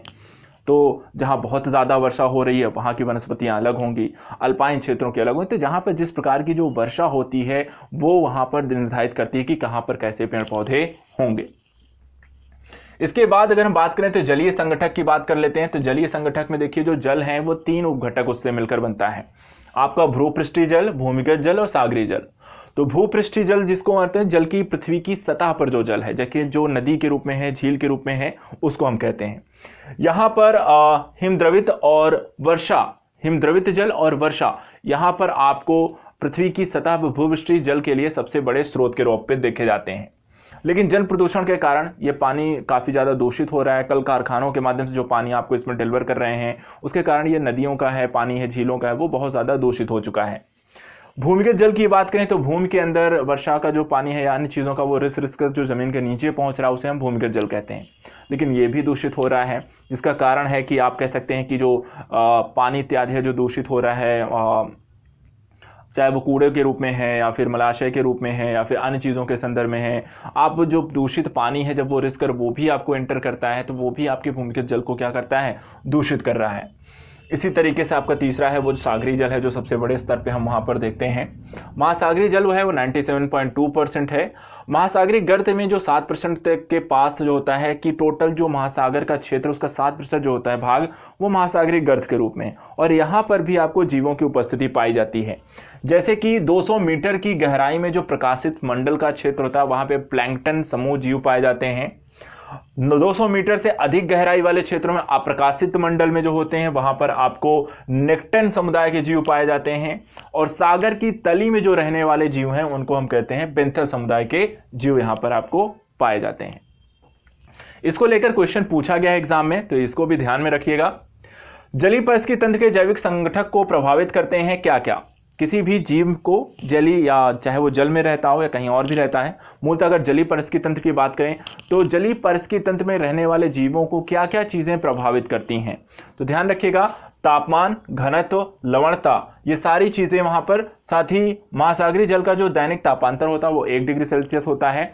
तो यहाँ पर ये सारी चीज़ें जीवों के रहने, आवास इत्यादि क्षेत्र को वो प्रभावित करते हैं। सागरीय जल में जो लवणता है वो कई अलग अलग रूपों में है। जैसे सबसे ज़्यादा जो सागरीय जल में जो लवणता है वो सोडियम क्लोराइड के रूप में है, ये 77.8% भाग इसका है। इसके बाद magnesium chloride 10.9, magnesium sulphate 4.7, calcium sulphate 3.6 और आपका यहाँ पे पोटेशियम सल्फेट आपका 2.5% यहाँ पर सागरीय लवणीय जल के रूप में जो लवण है वो इन रूपों में पाए जाते हैं। सागरीय लवणता को प्रति 1000 जल में स्थित लवण की मात्रा के माध्यम से इसे प्रदर्शित किया जाता है। महासागरीय जल की औसत लवणता कितनी है? 35%। कितनी है? 35%। सागरीय जल तथा ज्वारीय स्थल में मछलियों के लिए सबसे आदर्श एवं अनुकूल स्थिति होती है उनके उत्पन्न होने के लिए। मनुष्य के द्वारा ज्वारीय स्थलों में दिनों दिन सुधार के कारण यहाँ पर पारिस्थितिकी और मनुष्य के मध्य एक द्वंद्वता की स्थिति आ गई है। आप जो ज़्यादा अपने अनुकूल रहने के संदर्भ में कृषि है, भूमि है, स्थल बनाए रहे हैं, इसके कारण ज्वारीय क्षेत्र में जो जीव जंतु हैं वो नष्ट हो रहे हैं और इसके कारण जो पारिस्थितिकी असंतुलन है वो बढ़ रहा है। इसके साथ साथ यहाँ पर महासागरीय जो धाराएं हैं वो भी अपने आप में जीवों के विकास के संदर्भ में अलग अलग पृष्ठभूमि रखती हैं। जैसे कि अगर हम बात करें कि समुद्री गर्म जलधाराएं हैं, जैसे क्यूरोसिवो है, ठंडी जलधारा, क्यूराइल धारा है, ये जब दोनों आपस में मिलते हैं तो कोहरे की स्थिति उत्पन्न करते हैं, और जो ये कोहरे की स्थिति उत्पन्न होती है वहाँ पर मछलियों इत्यादि के संदर्भ में अच्छी स्थिति होती है, लेकिन जलयान के संचार इत्यादि के संदर्भ में वो अच्छी नहीं है। इसी तरीके से जो गल्फ स्ट्रीम यूएसए के दक्षिण पूर्वी जो तट हैं उनमें ग्रीष्मकाल के संदर्भ में मौसम बहुत ज़्यादा गर्म हो जाता है, असहनीय हो जाता है रहने के लिए, तो वो भी इन गर्म जलधाराओं के कारण वहाँ पर उत्पन्न होती हैं। तो इस तरीके से जो महासागरीय धाराएं हैं मछलियों के लिए आवश्यक पोषक तत्व, ऑक्सीजन तथा आहार यहाँ पर उत्पन्न करती हैं। साथ ही साथ जो तटों पर जो प्रदूषण रहता है उसको भी वो साफ करने में मदद करती हैं। तो ये तो हमने यहाँ पर देख लिया जीवमंडल के अजैविक घटकों के बारे में, आपको यहाँ पर मैंने सारा पढ़ा दिया। अब इसके जैविक घटक के बारे में थोड़ी सी जानकारी है। जैविक घटक में देखिए 3 उपतंत्र होते हैं, पादप, जंतु और आपके सूक्ष्म जीव पारिस्थितिकी तंत्र। इसके बारे में पहले ही पिछले लेक्चर में पढ़ चुके हैं, तो यहाँ पर इनके बारे में डिटेल नहीं करेंगे, इनके बारे में थोड़ी सी बस जानकारी यहाँ पर रिवीजन के तौर पे। जैसे कि जो पादप तंत्र है, पादप समुदाय विभिन्न रूपों में, जैसे कि वन भूमि, वन, घास क्षेत्र, दलदल, घास मैदान, पौधों की जातियां, पारिस्थितिकी तंत्र के रूप में एक दूसरे से संबंधित होती हैं। पौधे जो हैं वो जातियों के विभिन्न समूह अपनी प्रतिस्पर्धात्मक क्षमता तथा सहनशीलता के गुणों के कारण ही आपस में रहने में समर्थ हैं। साथ ही अजैविक पर्यावरणीय कारकों में मृदा तथा जलवायु का पौधों की जाति, संरचना व वृद्धि पर ये प्रभाव डालते हैं कि कहाँ पर कितनी वर्षा हो रही, कहाँ की मिट्टी कैसी है, कहाँ का तापमान कैसा है, ये पौधों कितना वृद्धि करेगा, छोटा होगा, लंबा होगा, पत्तियां कैसी होंगी, ऊंचाई क्या होगी, ये सारा कुछ आपको अजैविक कारकों के द्वारा पौधों के निर्धारित होते हैं। पौधे अपने आवास क्षेत्र की मृदा के गुणों तथा जलवायु दशाओं को प्रभावित व निर्धारित करते हैं। पौधे प्राथमिक उत्पादक होते हैं और पादप संगठन के अंतर्गत ये पौधों के वर्गीकरण, पादप जगत के प्रमुख विभाजन व वर्ग, पादप तंत्र, पौधे, उनका पर्यावरण, पादप समुदाय और पौधों का उद्भवन तथा पौधों का वितरण एवं वितरण इत्यादि सारी चीजें आपको यहाँ पर निर्धारित होती हैं। बाकी पौधों के बारे में पिछले लेक्चर भी पढ़े हैं और आगे के लेक्चर में जब बायोम आएगा तो वहां पर काफी सारी चीजें हम पढ़ेंगे। जंतु तंत्र के बारे में हम पहले भी काफी पढ़ चुके हैं, तो यहाँ पर इसके बारे में से एक पॉइंट ये है, जंतु तंत्र होते हैं जो 2 पार्ट में डिवाइड होते हैं, एक स्वपोषी जो अपना भोजन स्वयं बना लेते हैं, एक परपोषी होते हैं जो दूसरों पर यहाँ पर आश्रित होते हैं। तीसरा यहाँ पर सूक्ष्म जीव तंत्र है जो वियोजक के रूप में होते हैं, अर्थात पेड़ पौधे और जंतुओं के मृत्यु के बाद वहाँ पर उनकी पत्तियों इत्यादि का या मनुष्य के जो बॉडी इत्यादि का है उसका वो अपघटन करके वापस से जटिल कार्बनिक पदार्थों को सरल कार्बनिक पदार्थों में वहाँ पे तब्दील करने का कार्य करते हैं। जंतुओं का जो क्रमिक वर्गीकरण है वहाँ पर अगर हम बात करें तो इसे अलग, जैसे उच्च से निम्न की ओर अगर हम देखें तो ये होता है, सबसे पहले यहाँ पे जगत होता है, फिर संघ है, वर्ग है, कोटि है, परिवार है, वंश है, जाति है। तो ये अलग अलग पार्ट में हम यहाँ पर जंतुओं का वर्गीकरण इसमें डिस्कस करते हैं। अंत में कुछ विविध तथ्यों के बारे में, तथ्य जो होते हैं जो परीक्षा में पूछे गए हैं, कुछ 4-5 लाइनें हैं तो इनको दिखा देते हैं, पढ़ लेते हैं एक बार। जैसे कि पौधों की जाति, संरचना, वृद्धि पर्यावरण के जैविक व भौतिक कारकों के अंतर संबंध पर निर्भर करती है। ठीक है, कैसा यहाँ पर जीव एक दूसरे के साथ क्या संबंध रखते हैं उस पर निर्भर है। विश्व की अधिकांश वर्षा पर्वतीय वर्षा के रूप में होती है, ध्यान रखना है, विश्व की अधिकांश वर्षा पर्वतीय वर्षा के रूप में होनी है। वायुमंडल में कार्बन डाइऑक्साइड की जो मात्रा है वो 0.03% है, 3.5 है, 0.035%। वायुमंडल में अशुद्धियों में नमक के जो कण हैं वो आदतागाही नाभिक के रूप में बने होते हैं। क्षोभमंडल का सामान्य तापपतन दर जो होता है 6.5 डिग्री प्रति 1000 मीटर ऊंचाई पर है। मानव कौशल द्वारा प्रभावित जयमंडल को नूस्फीयर कहा जाता है। ठीक है, क्या बोला जाता है? नूस्फीयर। जो मानव के द्वारा प्रभावित मंडल है उसे नूस्फीयर कहा जाता है। विद्युत आवेशित जो कण है वो कहाँ पाए जाते हैं? आयन मंडल में। सबसे लंबी जो तरंग है उसे हम रेडियो तरंग कहते हैं। साथ ही यहाँ पर अगर बात करें तो क्षारीय मृदा में सुधार हेतु प्रयुक्त होने वाला जो खनिज है वो आपका पाइराइट है। भूकंपीय लहर जो द्वारा भूकंपीय लहर के द्वारा पृथ्वी की सतह पर सर्वाधिक विनाश होता है। जीवमंडल में ऊर्जा का सतत आवागमन, पदार्थों का सतत बहिर्गमन होता है। पृथ्वी की आंतरिक जो संरचना है वो आपको पृथ्वी की जो आंतरिक संरचना उसकी रासायनिक जो आधार हैं वहाँ पे सीमा था सिलिका एल्युमिनियम आपको आ जाता है। सीमा यहाँ पर आपको सियाल है, सिलिका एल्युमिनियम है। सीमा फिर होता है सिलिका और मैग्नीशियम है, और लिम्फे जो होता है निकेल और फेरियम के माध्यम से वहाँ पर ये बनी हुई है। इसके बाद कुछ पॉइंट और हैं, जैसे कि यहाँ पर समस्त पृथ्वी का क्षेत्रफल का 51 करोड़ जो वर्ग किलोमीटर है, जो आपके समस्त पृथ्वी का जो क्षेत्रफल है 51 करोड़ वर्ग किलोमीटर है।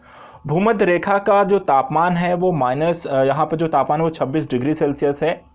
उच्च ज्वार महीने में 2 बार, एक बार अमावस्या दूसरा बार पूर्णमासिक समय आता है। और संसार की सर्वाधिक जो लवणता वाली झील है वो तुर्की की वॉन झील है।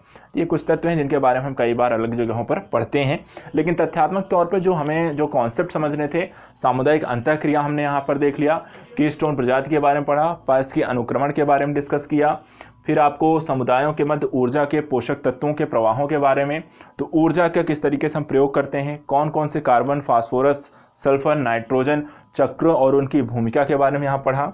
इसके बाद हमने यहाँ पर देखा कि किस तरीके से जीवमंडल में कौन कौन सी चीज़ें कहाँ कहाँ पर और किस तरीके से प्रभावित करती हैं, थोड़ा बहुत जो इम्पैक्ट है। बाकी ये भूगोल का ज़्यादातर विषय था, इसलिए यहाँ पर ज़्यादा कुछ नहीं है, लेकिन जो इंपॉर्टेंट एस्पेक्ट्स हैं वो भी हमने देख लिए हैं। तो आज पार्ट 2 में हमने यहाँ पे काफ़ी सारी चीज़ों को डिस्कस कर लिया है। अगले पार्ट में यहाँ पर कुछ अन्य जो बचे हुए टॉपिक्स हैं उनके बारे में डिस्कस करेंगे और बहुत जल्द जो होती है आपकी एनवायरनमेंट की पूरी सीरीज़ हम समाप्त करेंगे। तो आज के लिए फिर इतना ही, मिलते हैं फिर आपको नेक्स्ट टॉपिक में, इसके अगले पार्ट में, इसके अन्य सारी जानकारियों के साथ। तब तक इसको अच्छे से रिवीजन करिए, स्टडी करिए। एग्जाम का समय भी आ गया है, पीसीएस का एग्जाम भी आ गया है, जिनको इस साल देना है। क्विक रिवीजन सीरीज को आपको रेगुलर फॉलो करें। आपको मैं कोशिश करूंगा सारी चीज़ों को बताते हुए एक अच्छे रिवीजन का सोर्स उपलब्ध करा सकूं। तो आज के लिए thank you so much, good luck, अपना ख्याल रखिएगा, थैंक यू।